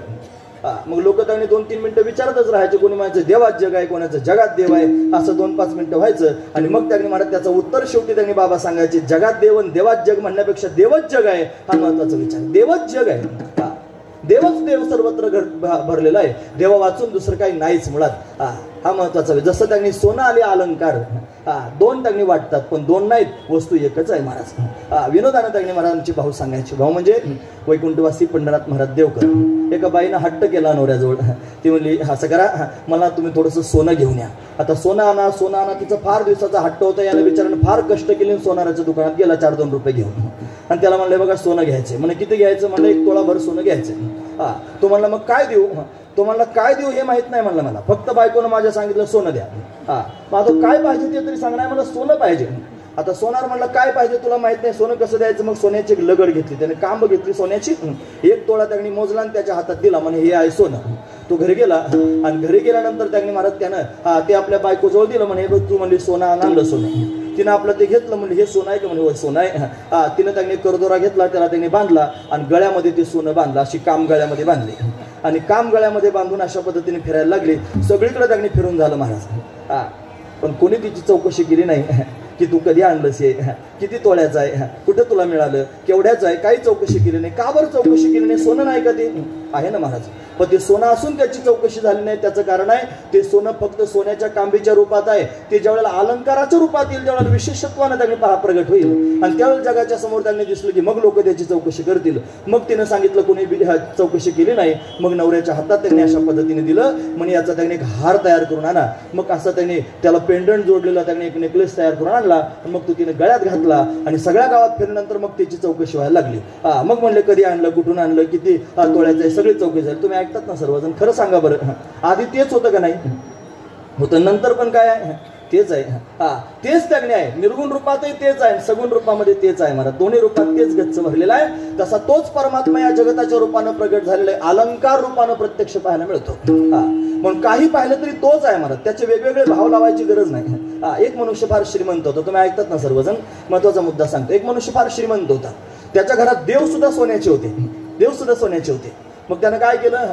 एक दिवशी त्यांनी महाराज थोडी उतरती कळा लागली आणि मग ती श्रीमंती त्यांनी पालटली. श्रीमंतीचा विलास वासा विलास त्यांनी पालटायला लागला.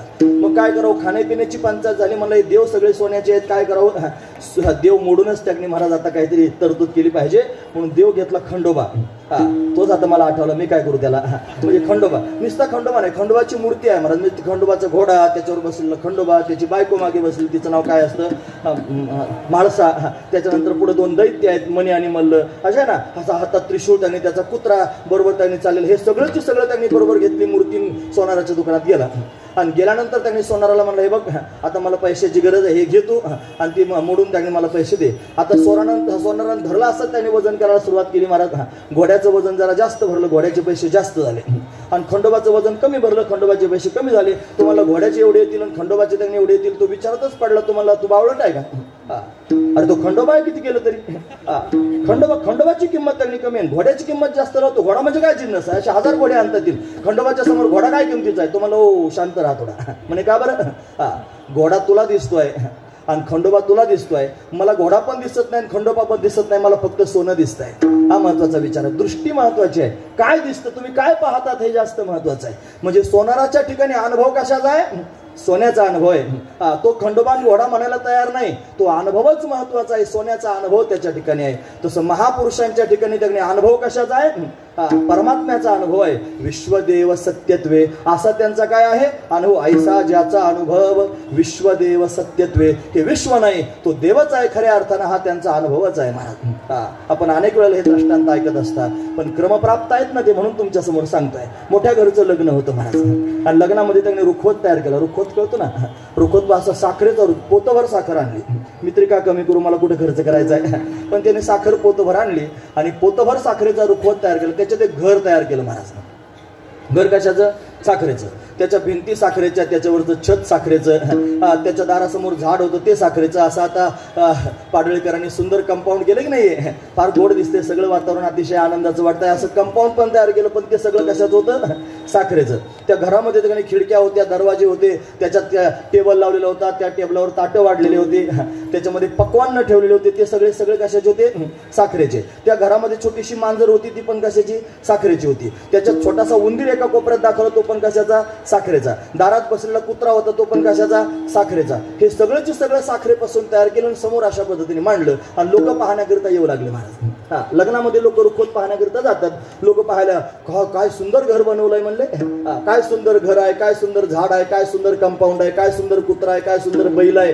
हे सगळंची सगळं लोक त्यांनी म्हणायला लागले. पण हे सगळं म्हणत असताना खरं सांगा, ते बैल, कुत्रा, घर, भिंती आहेत का? नाही. मग काय आहे? ती साखरच आहे. ती साखरच त्या रूपानं प्रत्यक्ष प्रतीतीला येते आहे. हा महत्वाचा विचार आहे. आता ते रुखवत घरी गेल्यानंतर काय होतं त्याचं ते पण सांगतो. घरी रुखवत त्याने नेलं. आता ते इकडची पार्टी चांगली असं समजा, तिकडची जरा परिस्थिती नादान असेल, तिथं रुखवत गेला आणि गेल्यानंतर त्यांनी पाहुणे 4-5 मुलं झाले, सगळं काय झालं. एक दिवशी अचानक कोणतरी पाहुणे आले आणि आल्यानंतर त्यांनी महाराज अशा पद्धतीने घरामध्ये साखरच नव्हती. मग काय करायची? यांना ऑर्डर दिली आतमधून, तुम्हाला यायचं लवकर चहा कर. तिने सांगितलं, असं केलं, त्याला बोलून घेतलं. म्हणे काय? साखर नाही, साखर नाही. एवढ्या माणसात मोठ्याने म्हणलं, उंदीर टाक. मग तुम्ही ऐकतात ना सर्वजण? उंदीर टाक म्हणण्यामध्ये काय तात्पर्य आहे? त्याला उंदराचा चहा करायचा आहे का मांजराचा चहा करायचा? मांजरीच्या शेपटीत सुद्धा चहा होऊ शकतो, कारण मांजर मोठी असते ना थोडीशी, त्याच्या कानात. मांजर टाक म्हणण्याचं, उंदीर टाक म्हणण्याचं तात्पर्य आहे का? त्याचं तात्पर्य, त्याचा अनुभव काय आहे? साखरेचा अनुभव आहे. तो मनात जरी असला तोंडानं उंदीर, तरी त्याचा अनुभव कशाचा आहे? साखरेचा आहे. तसे संत महापुरुष सगळ्या लोकांच्या समोर वागत असताना, त्यांनी सगळ्या क्रिया करत असताना दिसत जरी असले तरी त्यांचा अनुभव काय? हे विश्वदेव सत्यत्वे, विश्वदेव सत्यत्वे, विश्वदेव सत्यत्वे, विश्वदेव सत्यत्वे, विश्वदेव सत्यत्वे, विश्वदेव सत्यत्वे, विश्वदेव सत्यत्वे. ऐसा जाता अनुभव, विश्वदेव सत्यत्वे, विश्वदेव सत्यत्वे, विश्वदेव सत्यत्वे. ऐसा जाता अनुभव, विश्वदेव सत्यत्वे, विश्वदेव सत्यत्वे, विश्वदेव सत्यत्वे. ऐसा ज्याचा अनुभव, त्यांचा अनुभवच आहे महाराज. विश्वदेव सत्यत्व, विश्व नाही देवच आहे, विश्वच देव आहे, हा महत्वाचा विचार आहे. असा त्यांच्याकडे अनुभव आहे आणि असा अनुभव असल्या कारणानं त्यांचं चित्त निर्मळ आहे महाराज. आणि अशा पद्धतीने या प्रक्रियेतून प्रवास करून ज्याचं चित्त निर्मळ झालेलं असतं, हा देव नेमका त्याच्याच जवळ राहतो. हा महाराज वर्णन करून सांगा. देवतया जवळी आसे, देवतया जवळी आसे, देवतया जवळी आसे, देवतया जवळी,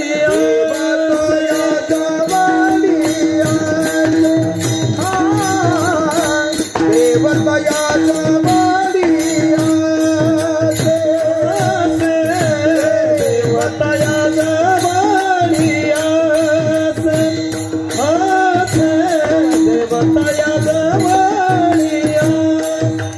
पापनाचे दर्शन, पापनाचे दर्शन, देवतया जवळी आसे, देवतया जवळी आसे, पापनाचे दर्शन, पापनाचे दर्शन, देवतया जवळी आसे, देवतया जवळी आसे, देवतया जवळी आसे, पापनाचे दर्शन, पापनाचे दर्शन,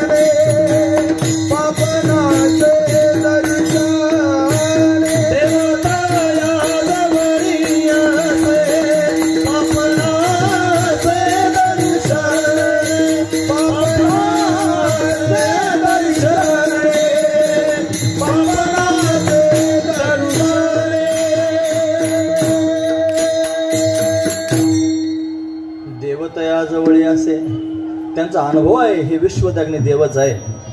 या अनुभवावर गेल्या कारणाने त्याने महाराज देव त्यांना वेगळा शोधायची गरज राहिली नाही. देव त्यांच्या जवळच आहे. देवतया जवळ असे म्हणून तर त्यांच्या समोर आपण गेलं पाहिजे, त्यांच्या जवळ आपण गेलं पाहिजे, त्यांच्या जवळ गेलं पाहिजे.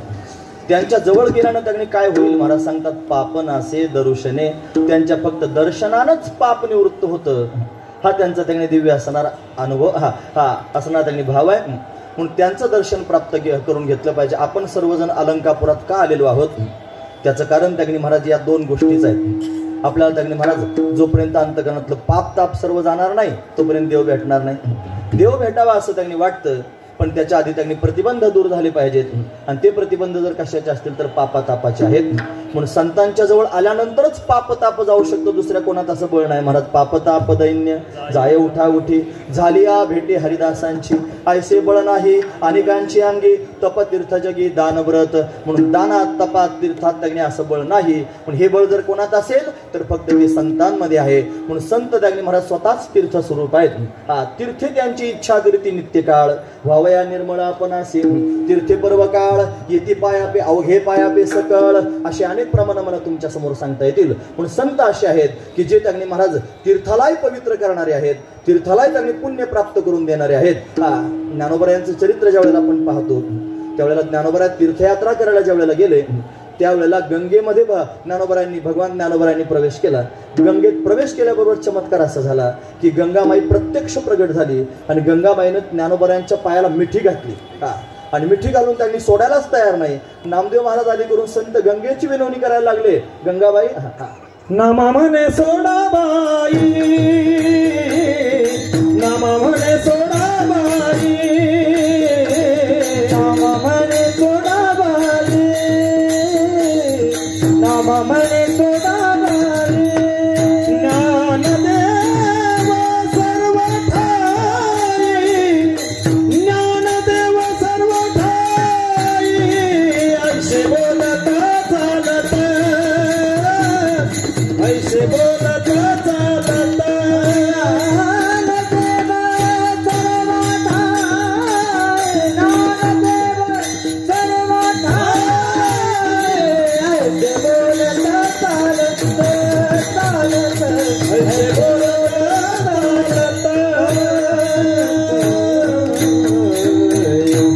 नामदेव महाराज गंगामाईला वर्णन करून सांगतात, ज्ञानोबरायांचे चरण सोडा.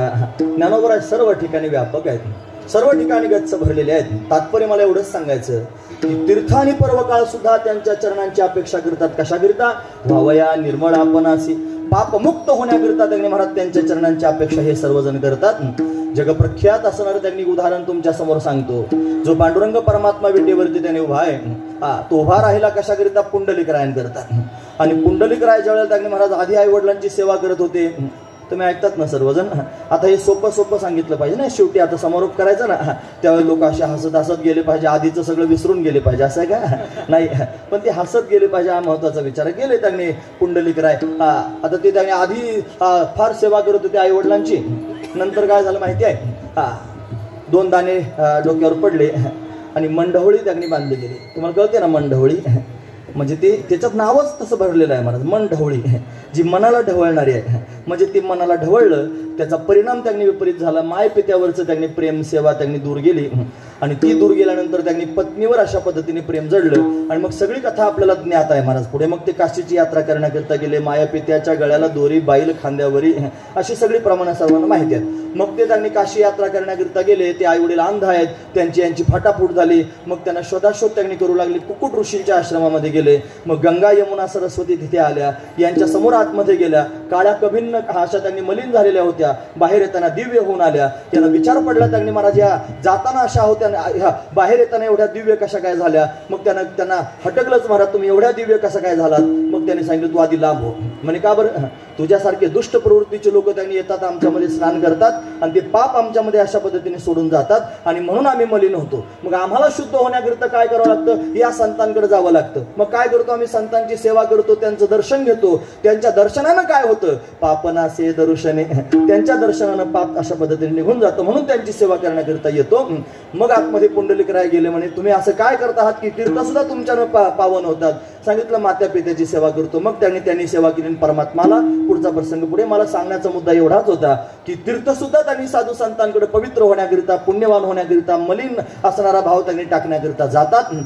म्हणून त्यांनी अशा पद्धतीनं संतच असे आहेत की ज्यांच्या दर्शनानं पाप निवृत्त होऊ शकतं, देव त्यांच्याजवळ राहतो आणि ते पाप घालवतात. या दोन गोष्टी आहेत. आपण ज्ञानोबरायांच्या समोर त्यांनी आता आलेलो आहोत. कशाकरिता? आपण उपक्रम करतानाच असा उपक्रम केला की आपल्याला सर्वांना देव हवाय. मग देव जर पाहिजे कुठे मिळेल? ज्ञानोबरायांच्या सानिध्यात मिळेल. देवतयाजवळी असे. कारण तेच या भूमिकेत आहेत महाराज, तेच या भावनेत आहेत. विश्वदेव सत्यत्व हे म्हणण्याची भूमिका त्यांचीच आहे. ते म्हणतात आता विश्वात्मके देवे, म्हणजे त्यांनाच विश्वात्मक देव अशा पद्धतीने प्रत्यक्ष प्रतीला आला. हा त्यांचा काय आहे? अनुभव आहे. म्हणून त्यांच्याजवळ काय आहे? देव आहे. म्हणून देवतयाजवळी असे. आणि काय करतात ते? पापनासे दर्शने संतांचे हे सुख झाले देवा, संतांचे हे सुख झाले देवा, म्हणून सेवा करियांची, म्हणून सेवा करियांची. संतांचे सुख झाले देवा, संतांचे सुख झाले देवा, म्हणून सेवा करियांची, म्हणून सेवा करियांची.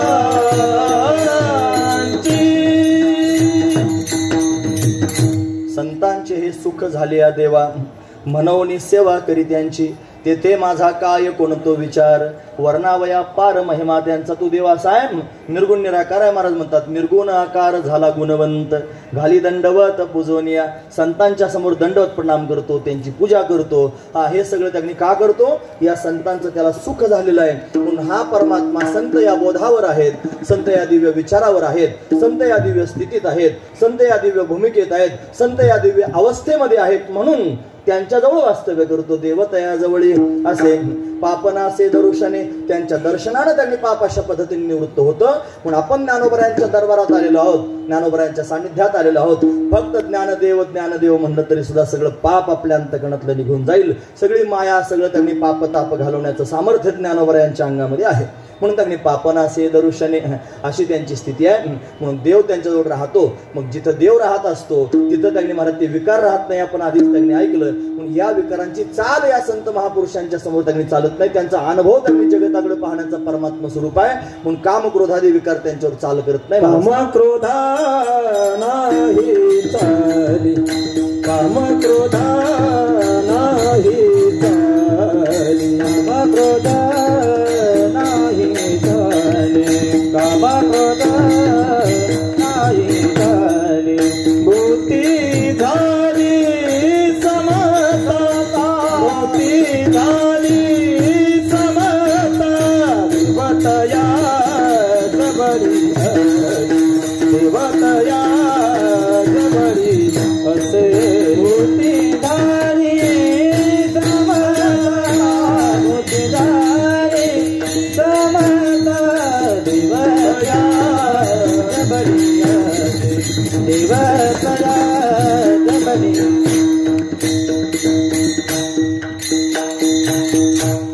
काम क्रोधा नाही चाली, भूती झाली समता, भूतमात्रांच्या ठिकाणी समता आली. तुकोबारायांना ही समता प्राप्त व्हावी याच्याकरिता 8 तास करावा लागला महाराज. एक दिवशी संध्याकाळच्या वेळेला तुकोबाराय आपल्या घरी आले. दारामध्ये अंगणात त्यांनी पक्षीदाणे टिपत होते. त्यांना पाहिलं. तुकोबारायांना पक्ष्यांनी पाहिल्याबरोबर फडफड करून त्यांनी पक्षी उडून गेले, चिमण्या उडून गेल्या. त्यांनी मनात असा विचार केला की काय करू, अवघी होते साम्य आले, सर्व भूत मात्र साम्य स्थितीला आलेले माझ्या दृष्टीने मी कधी पाहिन. सर्वांना त्यांनी मी निर्वैर अशा पद्धतीने अजात शत्रू त्यांनी वाटावा असं कधी होईल.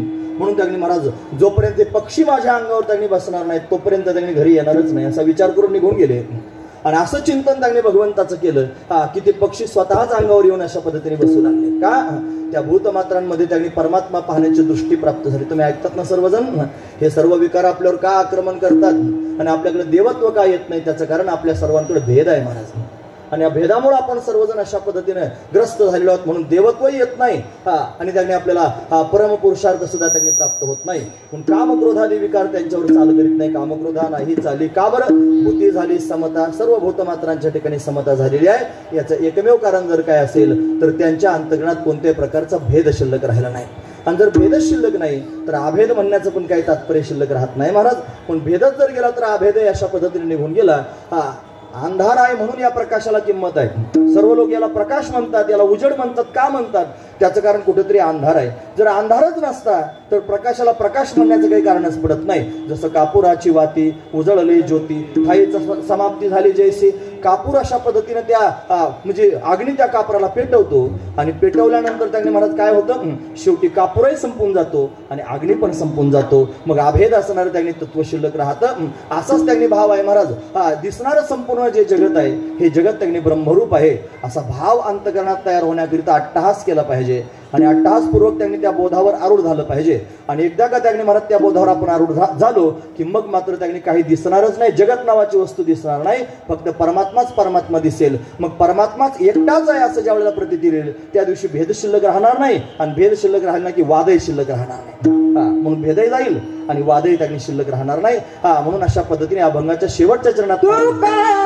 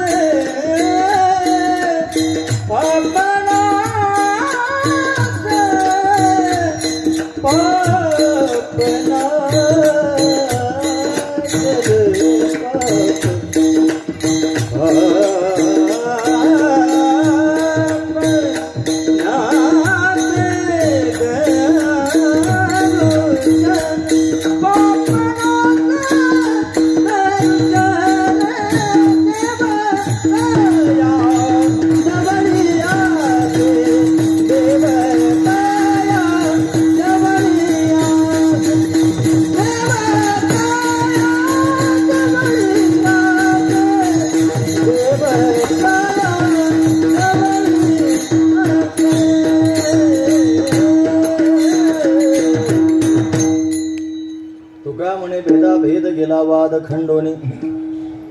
भेदाविषयीचा वाद राहिला नाही, अभेदाविषयीचा वाद राहिला नाही. आता जास्त वाद घालण्यात काही तात्पर्य नाही. निर्धारित वेळ त्याने आता संपलेली आहे. अजून एका ठिकाणी सेवा करायला जायचं म्हणून थांबणारच आहे मी. पण जिथं जिथं भेद असतो ना तिथं तिथंच वाद असतो. मला तुझे जवळ जवळ घडे तव तव संसार भय जोडे. दुजेपणा जिथं जिथं असतो तिथे तिथं वाद होतच असतो महाराज. रात्री आता कीर्तन आहे ना वावीकर महाराजांचं, त्यांचं ऐकलं एक दृष्टांत सांगतो मला. त्यांचं ऐकलेलं सांगतो बरं. म्हणजे असं आहे ज्याचा माल त्याच्याच नावावर खपवीत जावा, आपल्यावर नावावर खपू नये महाराज. असं आहे ना.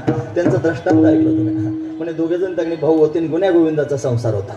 दोघं भाऊ एकत्र राहत होते. दोघे सख्खे भाऊ होते महाराज. कलियुगामध्ये दोन सख्खे भाऊ गुन्ह्या गोविंदाने एकत्र राहणं तेवढं सहजासहजी पाहायला भेटत नाही. संस्कार असतील तर राहतात सुद्धा. पण एकत्र राहत होते. सगळं त्याने आनंदाचं वातावरण होतं. पण एक दिवशी थोडासा बिघाड झाला. पण काय बिघाड झाला म्हणजे त्यांनी हा रस्त्याने एक मनुष्य त्या दोन भावापैकी एक भाऊ रस्त्याने येत होता. मग तो थोरला भाऊ होता. आणि रस्त्याने येत असताना एका माणसाने त्याला ऊस दिला म्हणतात. ऊस. आणि तो ऊस दिल्यानंतर त्यांनी महाराज तो ऊस घेऊन घराच्या दिशेने येत होता. आणि हा घरापर्यंत त्यांनी गेला. योगायोगाने त्याचा पण एक मुलगा समोरून आला आणि त्याच्या भावाचा पण मुलगा समोरून आला. आता दोन्ही मुलं समोरून त्यांनी आले. आता दोन्ही मुलं ऊस मागायला लागले. मग काय करायचं. ऊस त्याने असा धरला, पायावर असा मोडला. मोडून ऊसाचे झाले दोन भाग. एका बाजूने एका हातात त्यांनी आलं मूळ आणि एका बाजूने आलं वाढ. वाढ म्हणतात की नाही, सुरुवातीचा जो भाग असतो ऊसाचा त्याला वाढ म्हणतात. आता कोणता गोड असतो जास्त. मुळाकडचा गोड असतो आणि वाढ जरा पानचट असतो. थोडंसं महत्वाचा विचार आहे. मग तुम्ही खरं सांगा गोड भाग कोणाला दिला पाहिजे आणि पानचट भाग कोणाला दिला पाहिजे. तुम्ही नाही ऐकत. सांगू. पण तसं नाही महाराज. ते तसं वाटत नाही ना. दोन मुलं समोरून आले. स्वतःचा मुलगा समोरून आला आणि भावाचा मुलगा समोरून आला. आणि हातात दोन भाग आहेत. एक मुळाकडचा भाग आहे आणि एक सुरुवातीचा भाग आहे. वाढ समोर आहे. काय दिलं पाहिजे कोणाला असा विचार त्याच्या मनात. जसा आपल्या मनात पडला तसंच त्याच्या मनात पडला. आणि त्याने एका सेकंदात निर्णय घेतला की गोड भाग आपल्या मुलाला दिला पाहिजे आणि पानचट भाग पुतण्याला दिला पाहिजे. पण कर्मधर्म संयोगानं ज्या हातात गोड भाग होता त्या बाजूने त्यांनी पुतण्या येत होता आणि पानचट भाग होता त्या बाजूने त्यांनी मुलगा येत होता. काय करायचं. दोन्ही मुलांना घाईघाई जवळ येऊ दिलं. जवळ आल्याबरोबर त्याने असं केलं महाराज. असं केल्याबरोबर इकडचा भाग एकाला इकडचा भाग एकाला दिला. गोड भाग त्याने मुलाला देऊन टाकला. हे त्याच्या भावजाईने पाहिलं. म्हणजे असं करणं म्हणजे त्यानं काय केलं. भेद केला. कोणात. स्वतःच्या मुलात आणि भावाच्या मुलात. जे हाताला येईल ते त्यांना देऊन टाकायला पाहिजे होतं पण ते दिलं नाही. त्यानं भेद केला आणि भेद केलेला भावजाईने पाहिला. आणि पाहिल्याबरोबर तिनं आपल्या नवऱ्याचे कान भरले महाराज. नवऱ्याचे कान भरल्याबरोबर त्याने मला सकाळी झोपेतून उठल्याबरोबर त्याने मला दोघं चिडीत चुप होते. आणि असं वातावरण पेटलं की काही क्षणात त्यांनी पंच जमा करावे लागले. लगेच वाटण्या झाल्या. कशामुळं. फक्त भेदामुळं वाद झाला. जिथं जिथं भेद आहे तिथं तिथं वाद आहे महाराज. म्हणून भेदाच्याच समोर त्यांनी वाद असतो. म्हणून त्यांनी भेदही निघून जावा आणि अभेदही निघून जावा. दोन्ही गोष्टी त्यांनी निघून जाव्यात. वादच शिल्लक राहणार नाही. जसा भेद घालवण्यास योग्य आहे तसा अभेद सुद्धा घालवण्यास योग्यच आहे महाराज. जसं अज्ञान घालवण्यास योग्य आहे तसं ज्ञान सुद्धा घालवण्यास योग्यच आहे. ज्ञानाचा पण अभिमान होत असतो महाराज. महत्वाचा विचार आहे. गुरुजी दृष्टांत सांगायचे. तेवढा दृष्टांत सांगून थांबतो. लक्षपूर्वक आहे का. गुरुजी म्हणजे वैकुंठवासी रंगनाथ महाराज परभणीकर. ते म्हणायचे एका माणसानं लग्न केलं. आता ते त्यांचे दृष्टांत आहेत. फार गोड असणार. आमच्या भाऊंच्या तोंडून ऐकलेलं दृष्टांत आहेत. पाठाला गेल्यानंतर त्यांनी भाऊ कधीच अवांतर विषय सांगायचे नाहीत. पण समर्पक असणार एखादा दृष्टांत जर असेल तर आवर्जून त्यांनी सांगायचे. तो त्यांच्या तोंडून गोड लागायचा. पण त्यांनी सांगितलेलं तुमच्या समोर त्यांनी सांगतो. एका माणसानं लग्न केलं. लग्न तो चांगला दष्टपुष्ट होता, धिप्पाड होता, उंच देखणे असा मनुष्य. त्यानं त्यांनी बायको केली. पण बायको केल्यानंतर काही महिन्यातच त्यांनी फार खराब झाला. फार कृश झाला महाराज. असं त्यांनी किडमिडीत झालं. त्याचा मित्र त्याच्याजवळ गेला. म्हणलं का रे चांगलं दष्टपुष्ट होतं त्यांनी आणि असा किडमिडीत का झाला. मित्राजवळ खरं सांगायला लागला. तो म्हणला बायको केली म्हणला पण नेमकी बायको चेटकी निघाली. ती काय घडी घडी मला काम सांगते मला. ती म्हणते एवढं धुणं धु नाही तर तुझा बेडूक करून टाकेल. एवढे भांडे घास नाही तर तुझा उंदीर करून टाकेन. आता काय करावं. ते बेडूक होण्याची उंदीर व्हायची भीती वाटते म्हणलं. त्याच्यामुळे मी असं त्याने कृश झालो. अन्न पाणी गोड लागत नाही. रात्रंदिवस हाच विचार मनामध्ये पडतो. बेडूक केलं आणि उंदीर केलं मग काय करा. तिला बरंच काही येतंय म्हणलं. तो मित्र म्हणला त्याने हे बघ असं कर. तिची जर तुला भीती वाटत असेल, तिच्या भयातून जर मुक्त तुला व्हायचं असेल तर मला शेजारच्या गावामध्ये दुसरी अजून एक चेटकी माहिती आहे. ही तुझी बायको चिटकीने तिच्यापेक्षा वरचढ आहे म्हणलं, आपण तिच्याकडे जाऊया. मग गेला त्यांनी महाराज तिच्याकडे त्यांनी गेला. आता हा जरा दिसायला चांगला होता. त्या चिटकीने याला पाहिलं, याची व्यथा तिच्या समोर त्यांनी मांडली. माझी बायको चिटकी आहे, मला असा त्रास देते, उंदीर करीन म्हणते, बेडूक करीन म्हणते. तिनं त्यांनी सांगायला सुरुवात केली. ती म्हणले, बघ तुला सगळ्या त्रासातून मी मुक्त करेन, तुला त्यांनी याच्यातून मी सोडवीन. फक्त मला एवढंच म्हणायचं, मी तुझ्या बायकोला संपवून टाकेन, पण ती संपल्यानंतर तुला माझ्याशी लग्न करावं लागेल. आता असं म्हणल्यानंतर काय करावं मित्र शेजारी जातो, मला हो म्हणलं की तू म्हणलं हो म्हणल्याबरोबर तिनं काहीतरी दिलं त्याच्या हातात भस्म, आणि दिल्यानंतर सांगितलं भस्म घे, उद्या सकाळीच मी तुझ्या घरी येईन. मी घरी आल्यानंतर त्याने मी असं मंत्र वगैरे म्हणायला सुरुवात केली. तुझ्या बायकोची माझी नजर, गुरुजी सांगायची बरं, आमच्या दोघींची नजर जर झाली की ती लगेच घार होईल, मी पण घार होईल, पण ती काळी घार होईल आणि मी पांढरी घार होईल. आमच्या दोघींचं भांडण होईल, आणि आमचं भांडण चालू असताना तू हातात काठी घ्यायची आणि काठी घेऊन काळ्या घारीच्या डोक्यात टाकायची, काळी घार मारून टाकायची. ती मेली की हे जे भस्म मी तुला देते हे घ्यायचं, आणि ते मी पांढरी घार झाली असेल ना माझ्या अंगावर टाकायचं. मग पांढऱ्या घारीवर तू भस्म टाकलं की मी पुन्हा पूर्वस्थितीमध्ये येईल, आणि मी पूर्वस्थितीत आलं की आपण दोघांनी लग्न करायचं, आणि मग सुखाने संसार करायचा. कसा संसार कुठे सुखाचा होत असतो का महाराज, महत्वाची गोष्ट आहे. मग असंच झालं महाराज. ती आली समोर, आली की लगेच ताबडतोब ती काळी घार झाली, ही पांढरी घार झाली, दोघींचं भांडण सुरू झालं. यानं हातात काठी घेतली, काळी घार मारून टाकली, म्हणजे स्वतःची बायको मारून टाकली. आणि भोळा भाबडा मनुष्य होता महाराज, हातात ती भस्माची चिमूट घेतली आणि पांढऱ्या घारीवर टाकण्याकरिता उद्योग झाला. इतक्यात मित्र म्हणलं, हो थांब. म्हणे का, अरे ती तरी साधारण होती, बेडकुळी उंदीर करीन म्हणत होती. ही जर त्यांनी जिवंत केली आणि ही जर पूर्वस्थितीमध्ये आणली, ही तुझा ढेकून करून टाकीन, तुझा मुंगळा केल्याशिवाय राहणार नाही. तिच्या अंगावर त्यांनी भस्म टाकायचं नाही, मग हिच्यावर सुद्धा काठीच टाकायची. हा महत्वाचा विचार आहे. भस्म टाकून दिलं आणि ती पांढरी सुद्धा मारून टाकली महाराज. जशी काळी घार मारण्यास योग्य आहे तशी पांढरी घार सुद्धा मारण्यास योग्य आहे, हा महत्वाचा विचार आहे. मग वाद संपून जाईल. तसा भेद घालवण्यास योग्य आहे, तसा अभेद सुद्धा घालवण्यास योग्य आहे. पण भेदही घालवावा आणि अभेदही घालवावा आणि दिव्य असणाऱ्या तत्वामध्ये स्थिर व्हावं. म्हणून हे समस्त ही ब्रह्मज्ञाप्ती वरी सोहम या अभेद वृत्ती, तेही मावळोनी स्फूर्ती मग जे उरे, ती स्फूर्ती सुद्धा संपून जावी. सोहम तेही अस्तवले, हे ते सुद्धा त्यांनी अस्तमान व्हावं आणि मग दिव्य स्थितीमध्ये अशा पद्धतीने राहावं. त्या संत महापुरुषांनी काय केलेलं आहे, तुका म्हणे भेदाभेद, भेदही राहिला नाही, अभेदही राहिला नाही, म्हणून वादच शिल्लक राहिला नाही. गेला वाद खंडोनी टाळा टाळी लोपनाद, टाळा टाळे लोपनाद, टाळी लोपनाद, टाळा टाळे लोपनाद. अंगो अंगे मुराला छंद, अंगो अंगे मुराला छंद, अंगो अंगे मुराला छंद, अंगो अंगे मुराला भोग भोगिताची आटला भेद, भोग भोगिताची आटला भेद, भोग भोगिताची आटला भेद, भोग भोगिताची आटला भेद. ज्ञान गिळो निगावा गोविंद उगा, ज्ञान गिळो निगावा गोविंद उगा, ज्ञान गिळो निगावा गोविंद उगा, ज्ञान गिळो निगावा गोविंद उगा. कैसा वासुदेव बोलत बोल, कैसा वासुदेव बोलत बोल, वासुदेव बोलत बोल, कैसा वासुदेव बोलत बोल, बोलत बोल, बोलत बोल. दोन टाळ असतात, एकमेकावर वाजवली की नाद मात्र एक निघतो, आणि तोच नाद त्यांनी अशा पद्धतीने मुरून जातो. टाळा टाळी लोपला नाद, अंगोअंगी मुराला छंद, अंगातच त्यांनी छंद मुरून जातो.